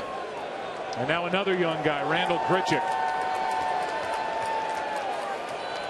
who came over from the Angels organization in the deal with Borges for David Freese. And Fernando Salas, he's got 2 home runs this postseason. Went deep yesterday. Got a lot of pop. Ball 1. And Tom, this is where your point about Manis last half inning. You keep the game to 2. You got a chance to get a man on to tie it, and you got a young man at the plate that's already gone yard in this ballpark. That's how great a job last half inning was from the Cardinals. Pick me up for St. Louis. Now the time right at the plate. Left side foul, strike 1.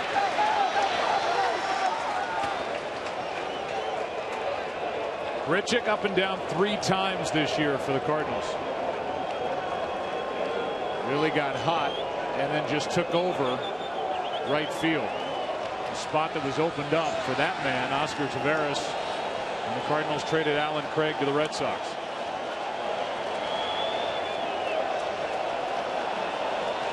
See if Romo goes back to that slider.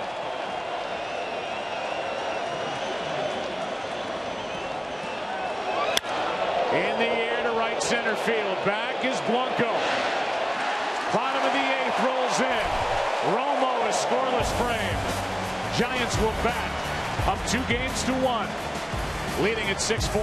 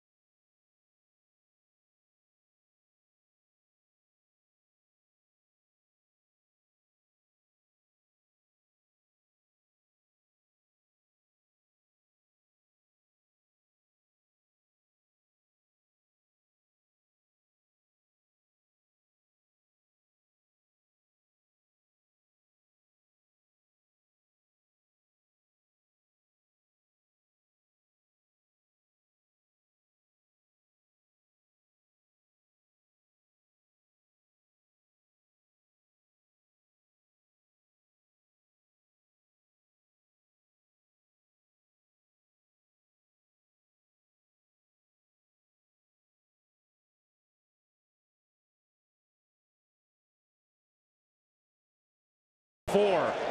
Giants batting leading at 6-4. Panic, Posey, Sandoval. Strike one.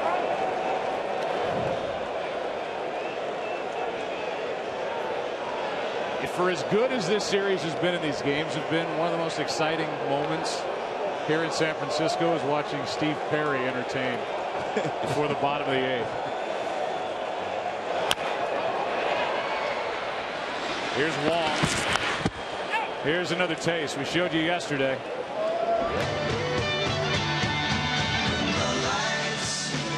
This is tonight.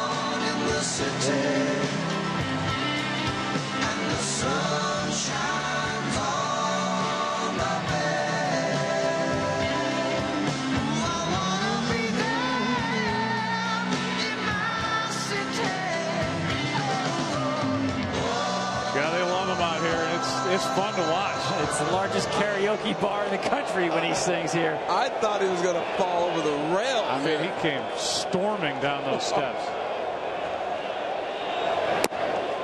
Strike one to Buster Posey. I'd have hated to see him hit one of those high notes while he's flying over the rail. I mean, gee whiz, he was sprinting through people to get down there. Yeah. That's cool.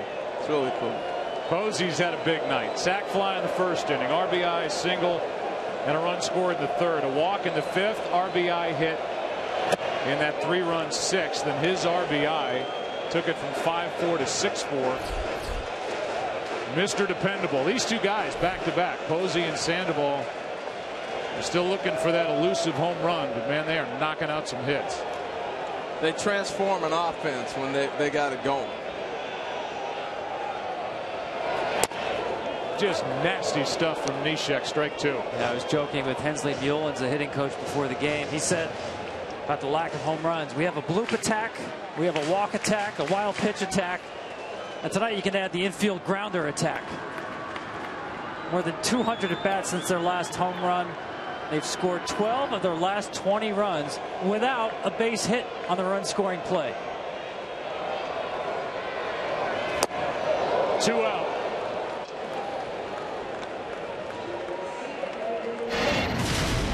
The One brought to you by Fox Sports Live. Stay tuned right after the game to get all of the latest highlights and news from the world of sports. 2 chances for Adams.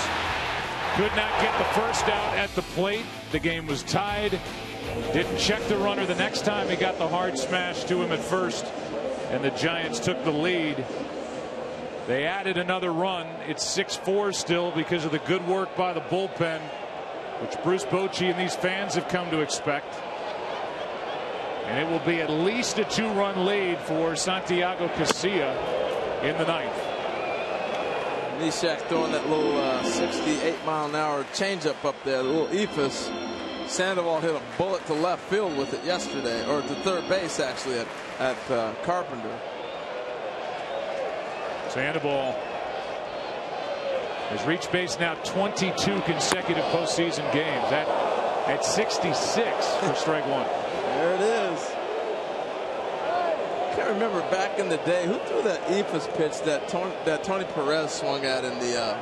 That was Bill Lee. Bill Lee. Space ball, he called it. There's a 1-1.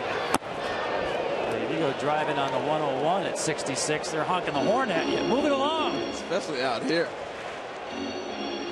People drive like Joe out here in California. Really? Put their foot down. On deck is Pence. He's been involved tonight from the beginning.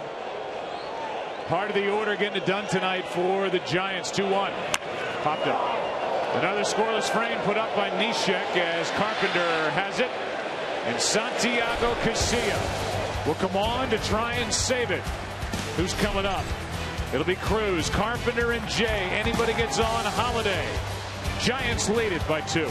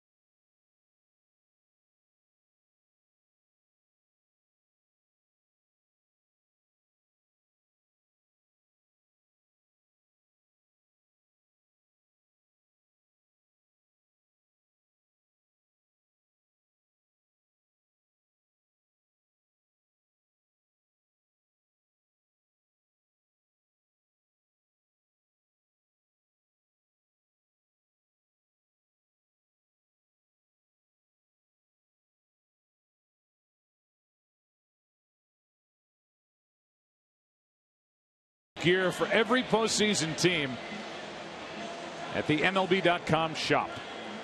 Beautiful night in San Francisco. Weather is ideal. And here's the guy the Giants want, protecting a 2-run lead his last 10 appearances. He has not allowed a hit in over a month. Not a hit, forget a run. And he's trying to save it for Petit. 34 days since he gave up a hit. Batters 0 for 33 with 1 walk. Descalso is pinch hitting for Tony Cruz. So if you think that Yadier Molina and the idea of using him as a bluff, that's who the Cardinals are down to as far as the catching position if this game continues past the top of the 9th. Descalso off the bench, batting against Casilla. Strike 1.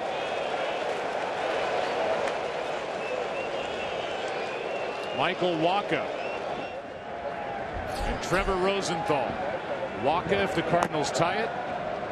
Rosenthal if the Cardinals take the lead, but that would require 3 runs or more.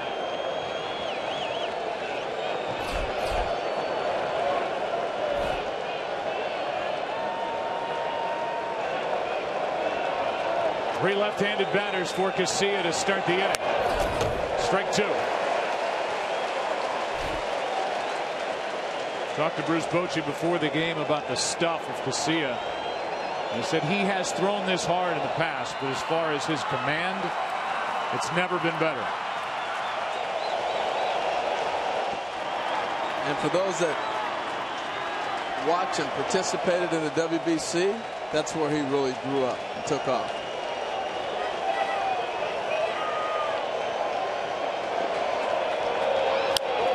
Descalso keeps the at bat alive. So the Cardinals are set up pretty good for a rally. I mean, you're looking at the guys that are hot right now with this club. Carpenter to Jay to Matt Holliday. The emergence of Matt Holliday makes this inning a threat for the Cardinals. 3 for his last 3. He's hit the ball hard.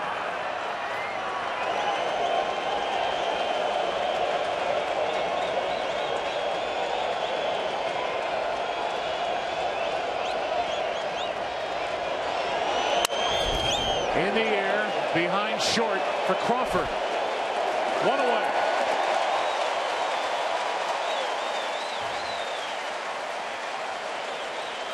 And now Matt Carpenter.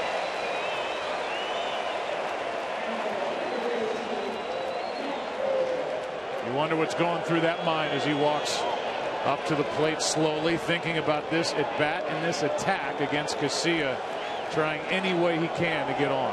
Well, he saw against the left-hander Descalso 2 strikes. Casilla went to the curveball. Also features a real good hard slider.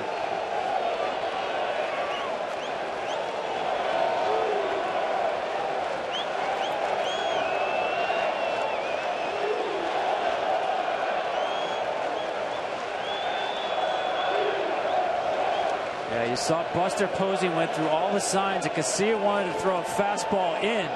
And Buster went, whoa, whoa, whoa, let's think about that again. Going into Matt Carpenter late in the game. That requires a second thought. Let's go away.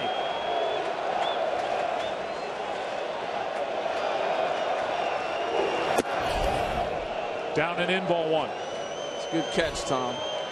You know, with this ballpark, I think one of the reasons they've had such great runs, you've heard about Petit's run, now we're talking about Casilla's run. They pitch to the ballpark. We've watched a couple balls get hit. This is huge. A lot of territory. You want to hit a ball 421 in the right center field gap? Go ahead. You want to take it to left center? Go ahead. That's how they pitch late in the game.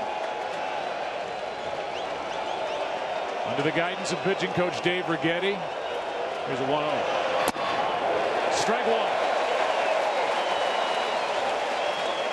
What a job he's done over the years, 15 years in that capacity for the Giants. Been terrific. I think the great thing about Rags is he was a starter and he was a big-time all-star closer. So he can identify almost every facet that the pitchers go through.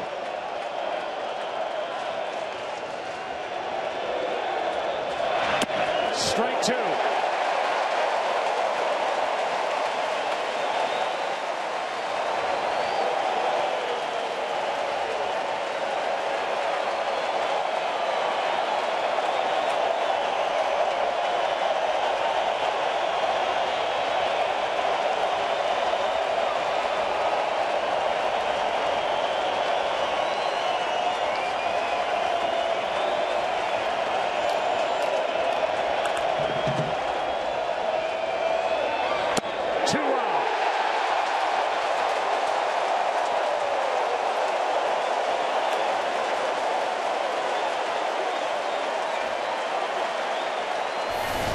Did go to the breaking ball on 2 strikes. Carpenter thinking this is off the plate.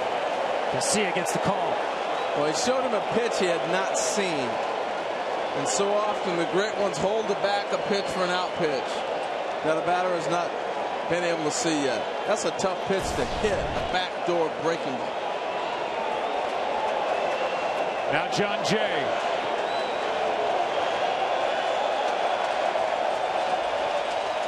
Hitless tonight with 2 walks. Trying to get it to Holiday. Strike 1.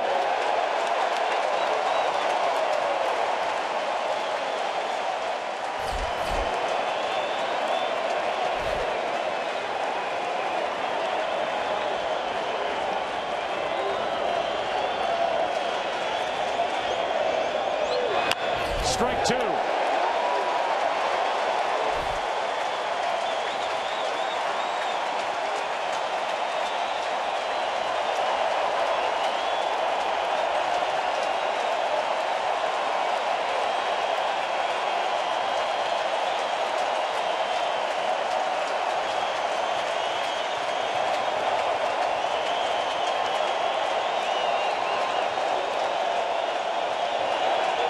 Into center field, and the tying run will come to the plate here in the 9th. Well, what a great at-bat by John Jay. You hit mistakes, right?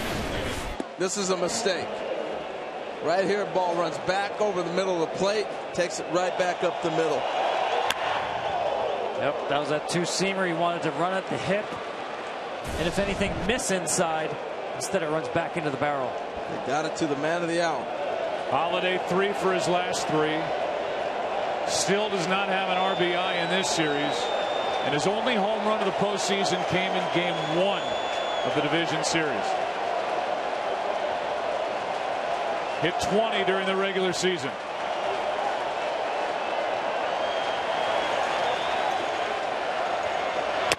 Inside, ball 1 to the man with 13 career postseason home runs. Are we surprised? This is what both these clubs do. They give themselves a chance all the way down to the last out to either tie it or win a game.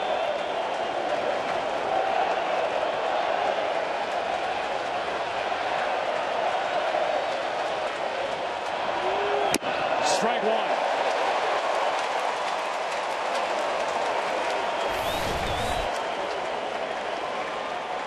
The tilt he gets on this ball, you hear that term a lot, but he gets on top of that ball and you can see it just dive down.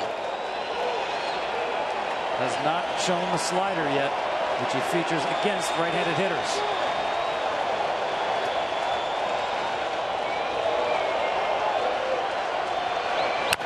Strike 2.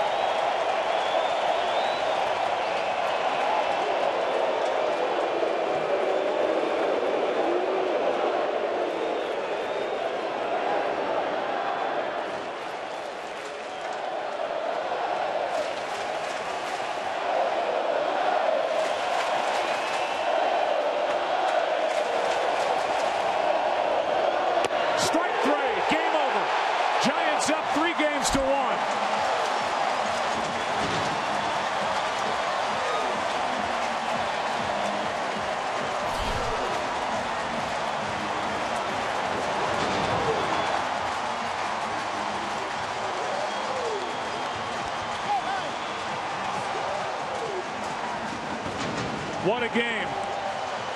The Cardinals at one point led this game 4-1. The Giants got 2 in the 3rd and 3 in the 6th inning. The winner, Petit, another postseason win for the big right-hander. And the Giants are up 3-1 with Bumgarner going tomorrow night Let's go to Jay and Dan with Fox Sports Live in L.A.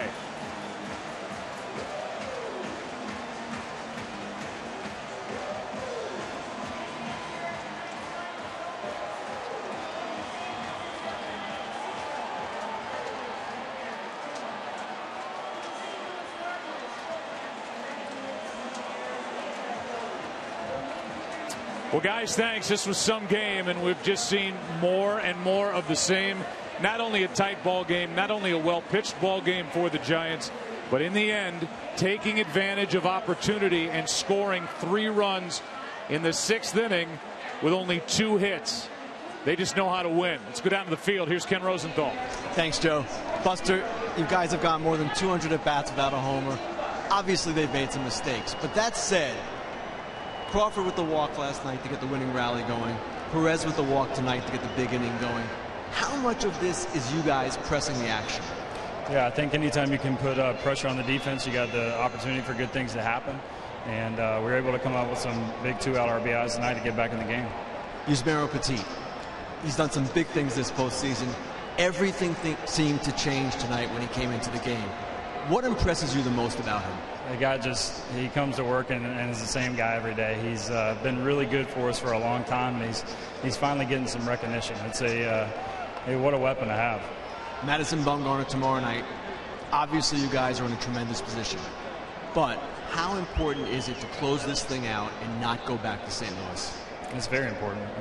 We were in, flip the scripts. We were down 3-1 in St. Louis 2 years ago. So we got that fresh in our mind, and we're going to have a tough ball game tomorrow. Buster, thanks a lot. Now over to Aaron Andrews. Kenny, thanks so much. Brandon, let's start with the bottom of the 6th where the momentum changed. And congratulations, your first hit of the series. You joked with me and said I wouldn't bring it up. I did. Against Gonzalez, what was the key for you there? I was just trying to get a good pitch to hit. Perez had a great at-bat to get on base to start the inning. And I just wanted to follow up and try and get on base myself. Yeah, you got on base. And then let's talk about in the bottom of the 6th, we saw 2 miscues by Matt Adams. Were you surprised he threw to second, you were able to score? We had talked about it at third base, me and Flannery. So just in case it happened, I was ready. He told me to kind of get down the line a little bit, and if he happens to go to second, then keep going.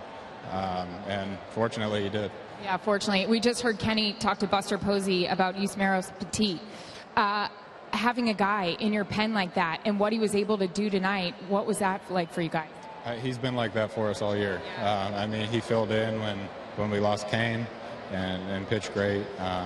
And then in the Nationals series, he was great for us again. So he's been solid. It's awesome to see him out there doing so well. What'd you say? You guys like 20-minute innings, right? That's what you said about that bottom of the 6th? When we're hitting, we like them, yeah. Yeah. Thanks so much. Joe, back over to you. Well, yeah, 20-minute innings. That's about exactly what it was. A 6-4 win for the Giants. We'll welcome you back inside the broadcast booth. And I'm sure it becomes repetitive for people to listen to, but it's more of the same. And you just have to marvel with the way this Giants club, and I think they take their cue from Bruce Bochy, who someday is going to enter the Hall of Fame as a manager in this game, as they just grind things out, and when they get a chance, they take advantage of it. Well, there's a lot of ways to put pressure on a team. We always think about team speed and stealing bases and double steals and things like that. They don't do that.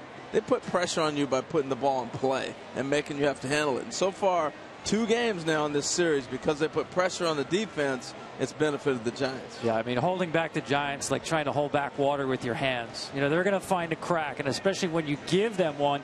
And yesterday in Game 3, it was the leadoff walk that led to the winning run.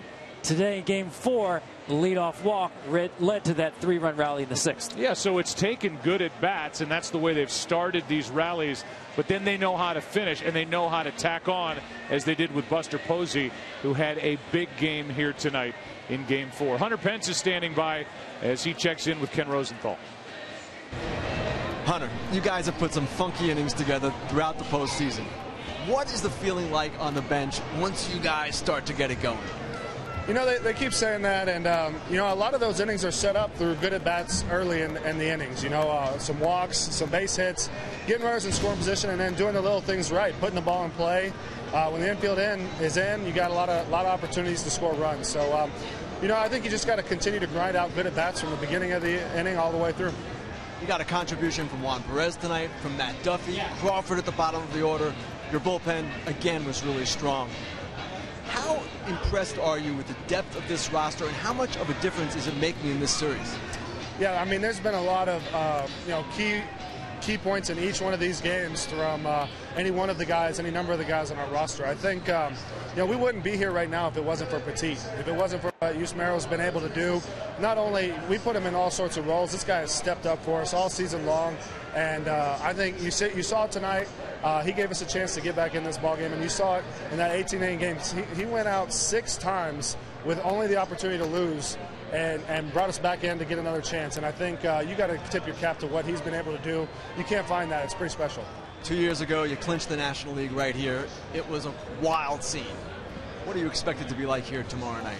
You know, I have no idea, but I got to say that tonight was pretty special. The crowd was absolutely outstanding. It was great to be a part of, and it definitely was a really good night tonight. Hunter, thanks a lot. Thank you, Ken. Back to you. All right, well, as you look at some of the reactions by the Giants here tonight, Casillas just been lights out. Absolutely automatic as he gets the save, his 4th in his career during the postseason, his 2nd of this series. You watch the Giants celebrate. Meanwhile, we'll bring it back inside this broadcast booth. And if this was a must-win game for the Cardinals, and I'll tell you, Mike Matheny managed this game using his bullpen like this was a must-win game for the Cardinals. Now you look ahead. The reason why it was a must-win game because of the pitching matchup tomorrow, Bumgarner against Adam Wainwright. Yeah, now it's literally, obviously, a must-win game. You knew Bumgarner sitting there for a Game 5. I think that's why you had to press the accelerator tonight. I love the game that Mike Matheny managed. That being said, now the question tomorrow, Harold, is more about Wainwright and his health. He feels good about mechanical adjustments. We shall see. Well, you're going to have to stretch Wainwright. He's got to go deep. You may see Michael Walker. Clearly, you're going to see everybody. I mean, it's kitchen sink time to bring everybody out. But they're up against a big task. Wade Madison Bumgarner is throwing the ball right now in the game he threw in Game 1 against them. Aggressive, came after him. He was terrific. If he repeats that performance, it's going to be very difficult to beat him. Meanwhile, if you're the Cardinals, you think back to the division series.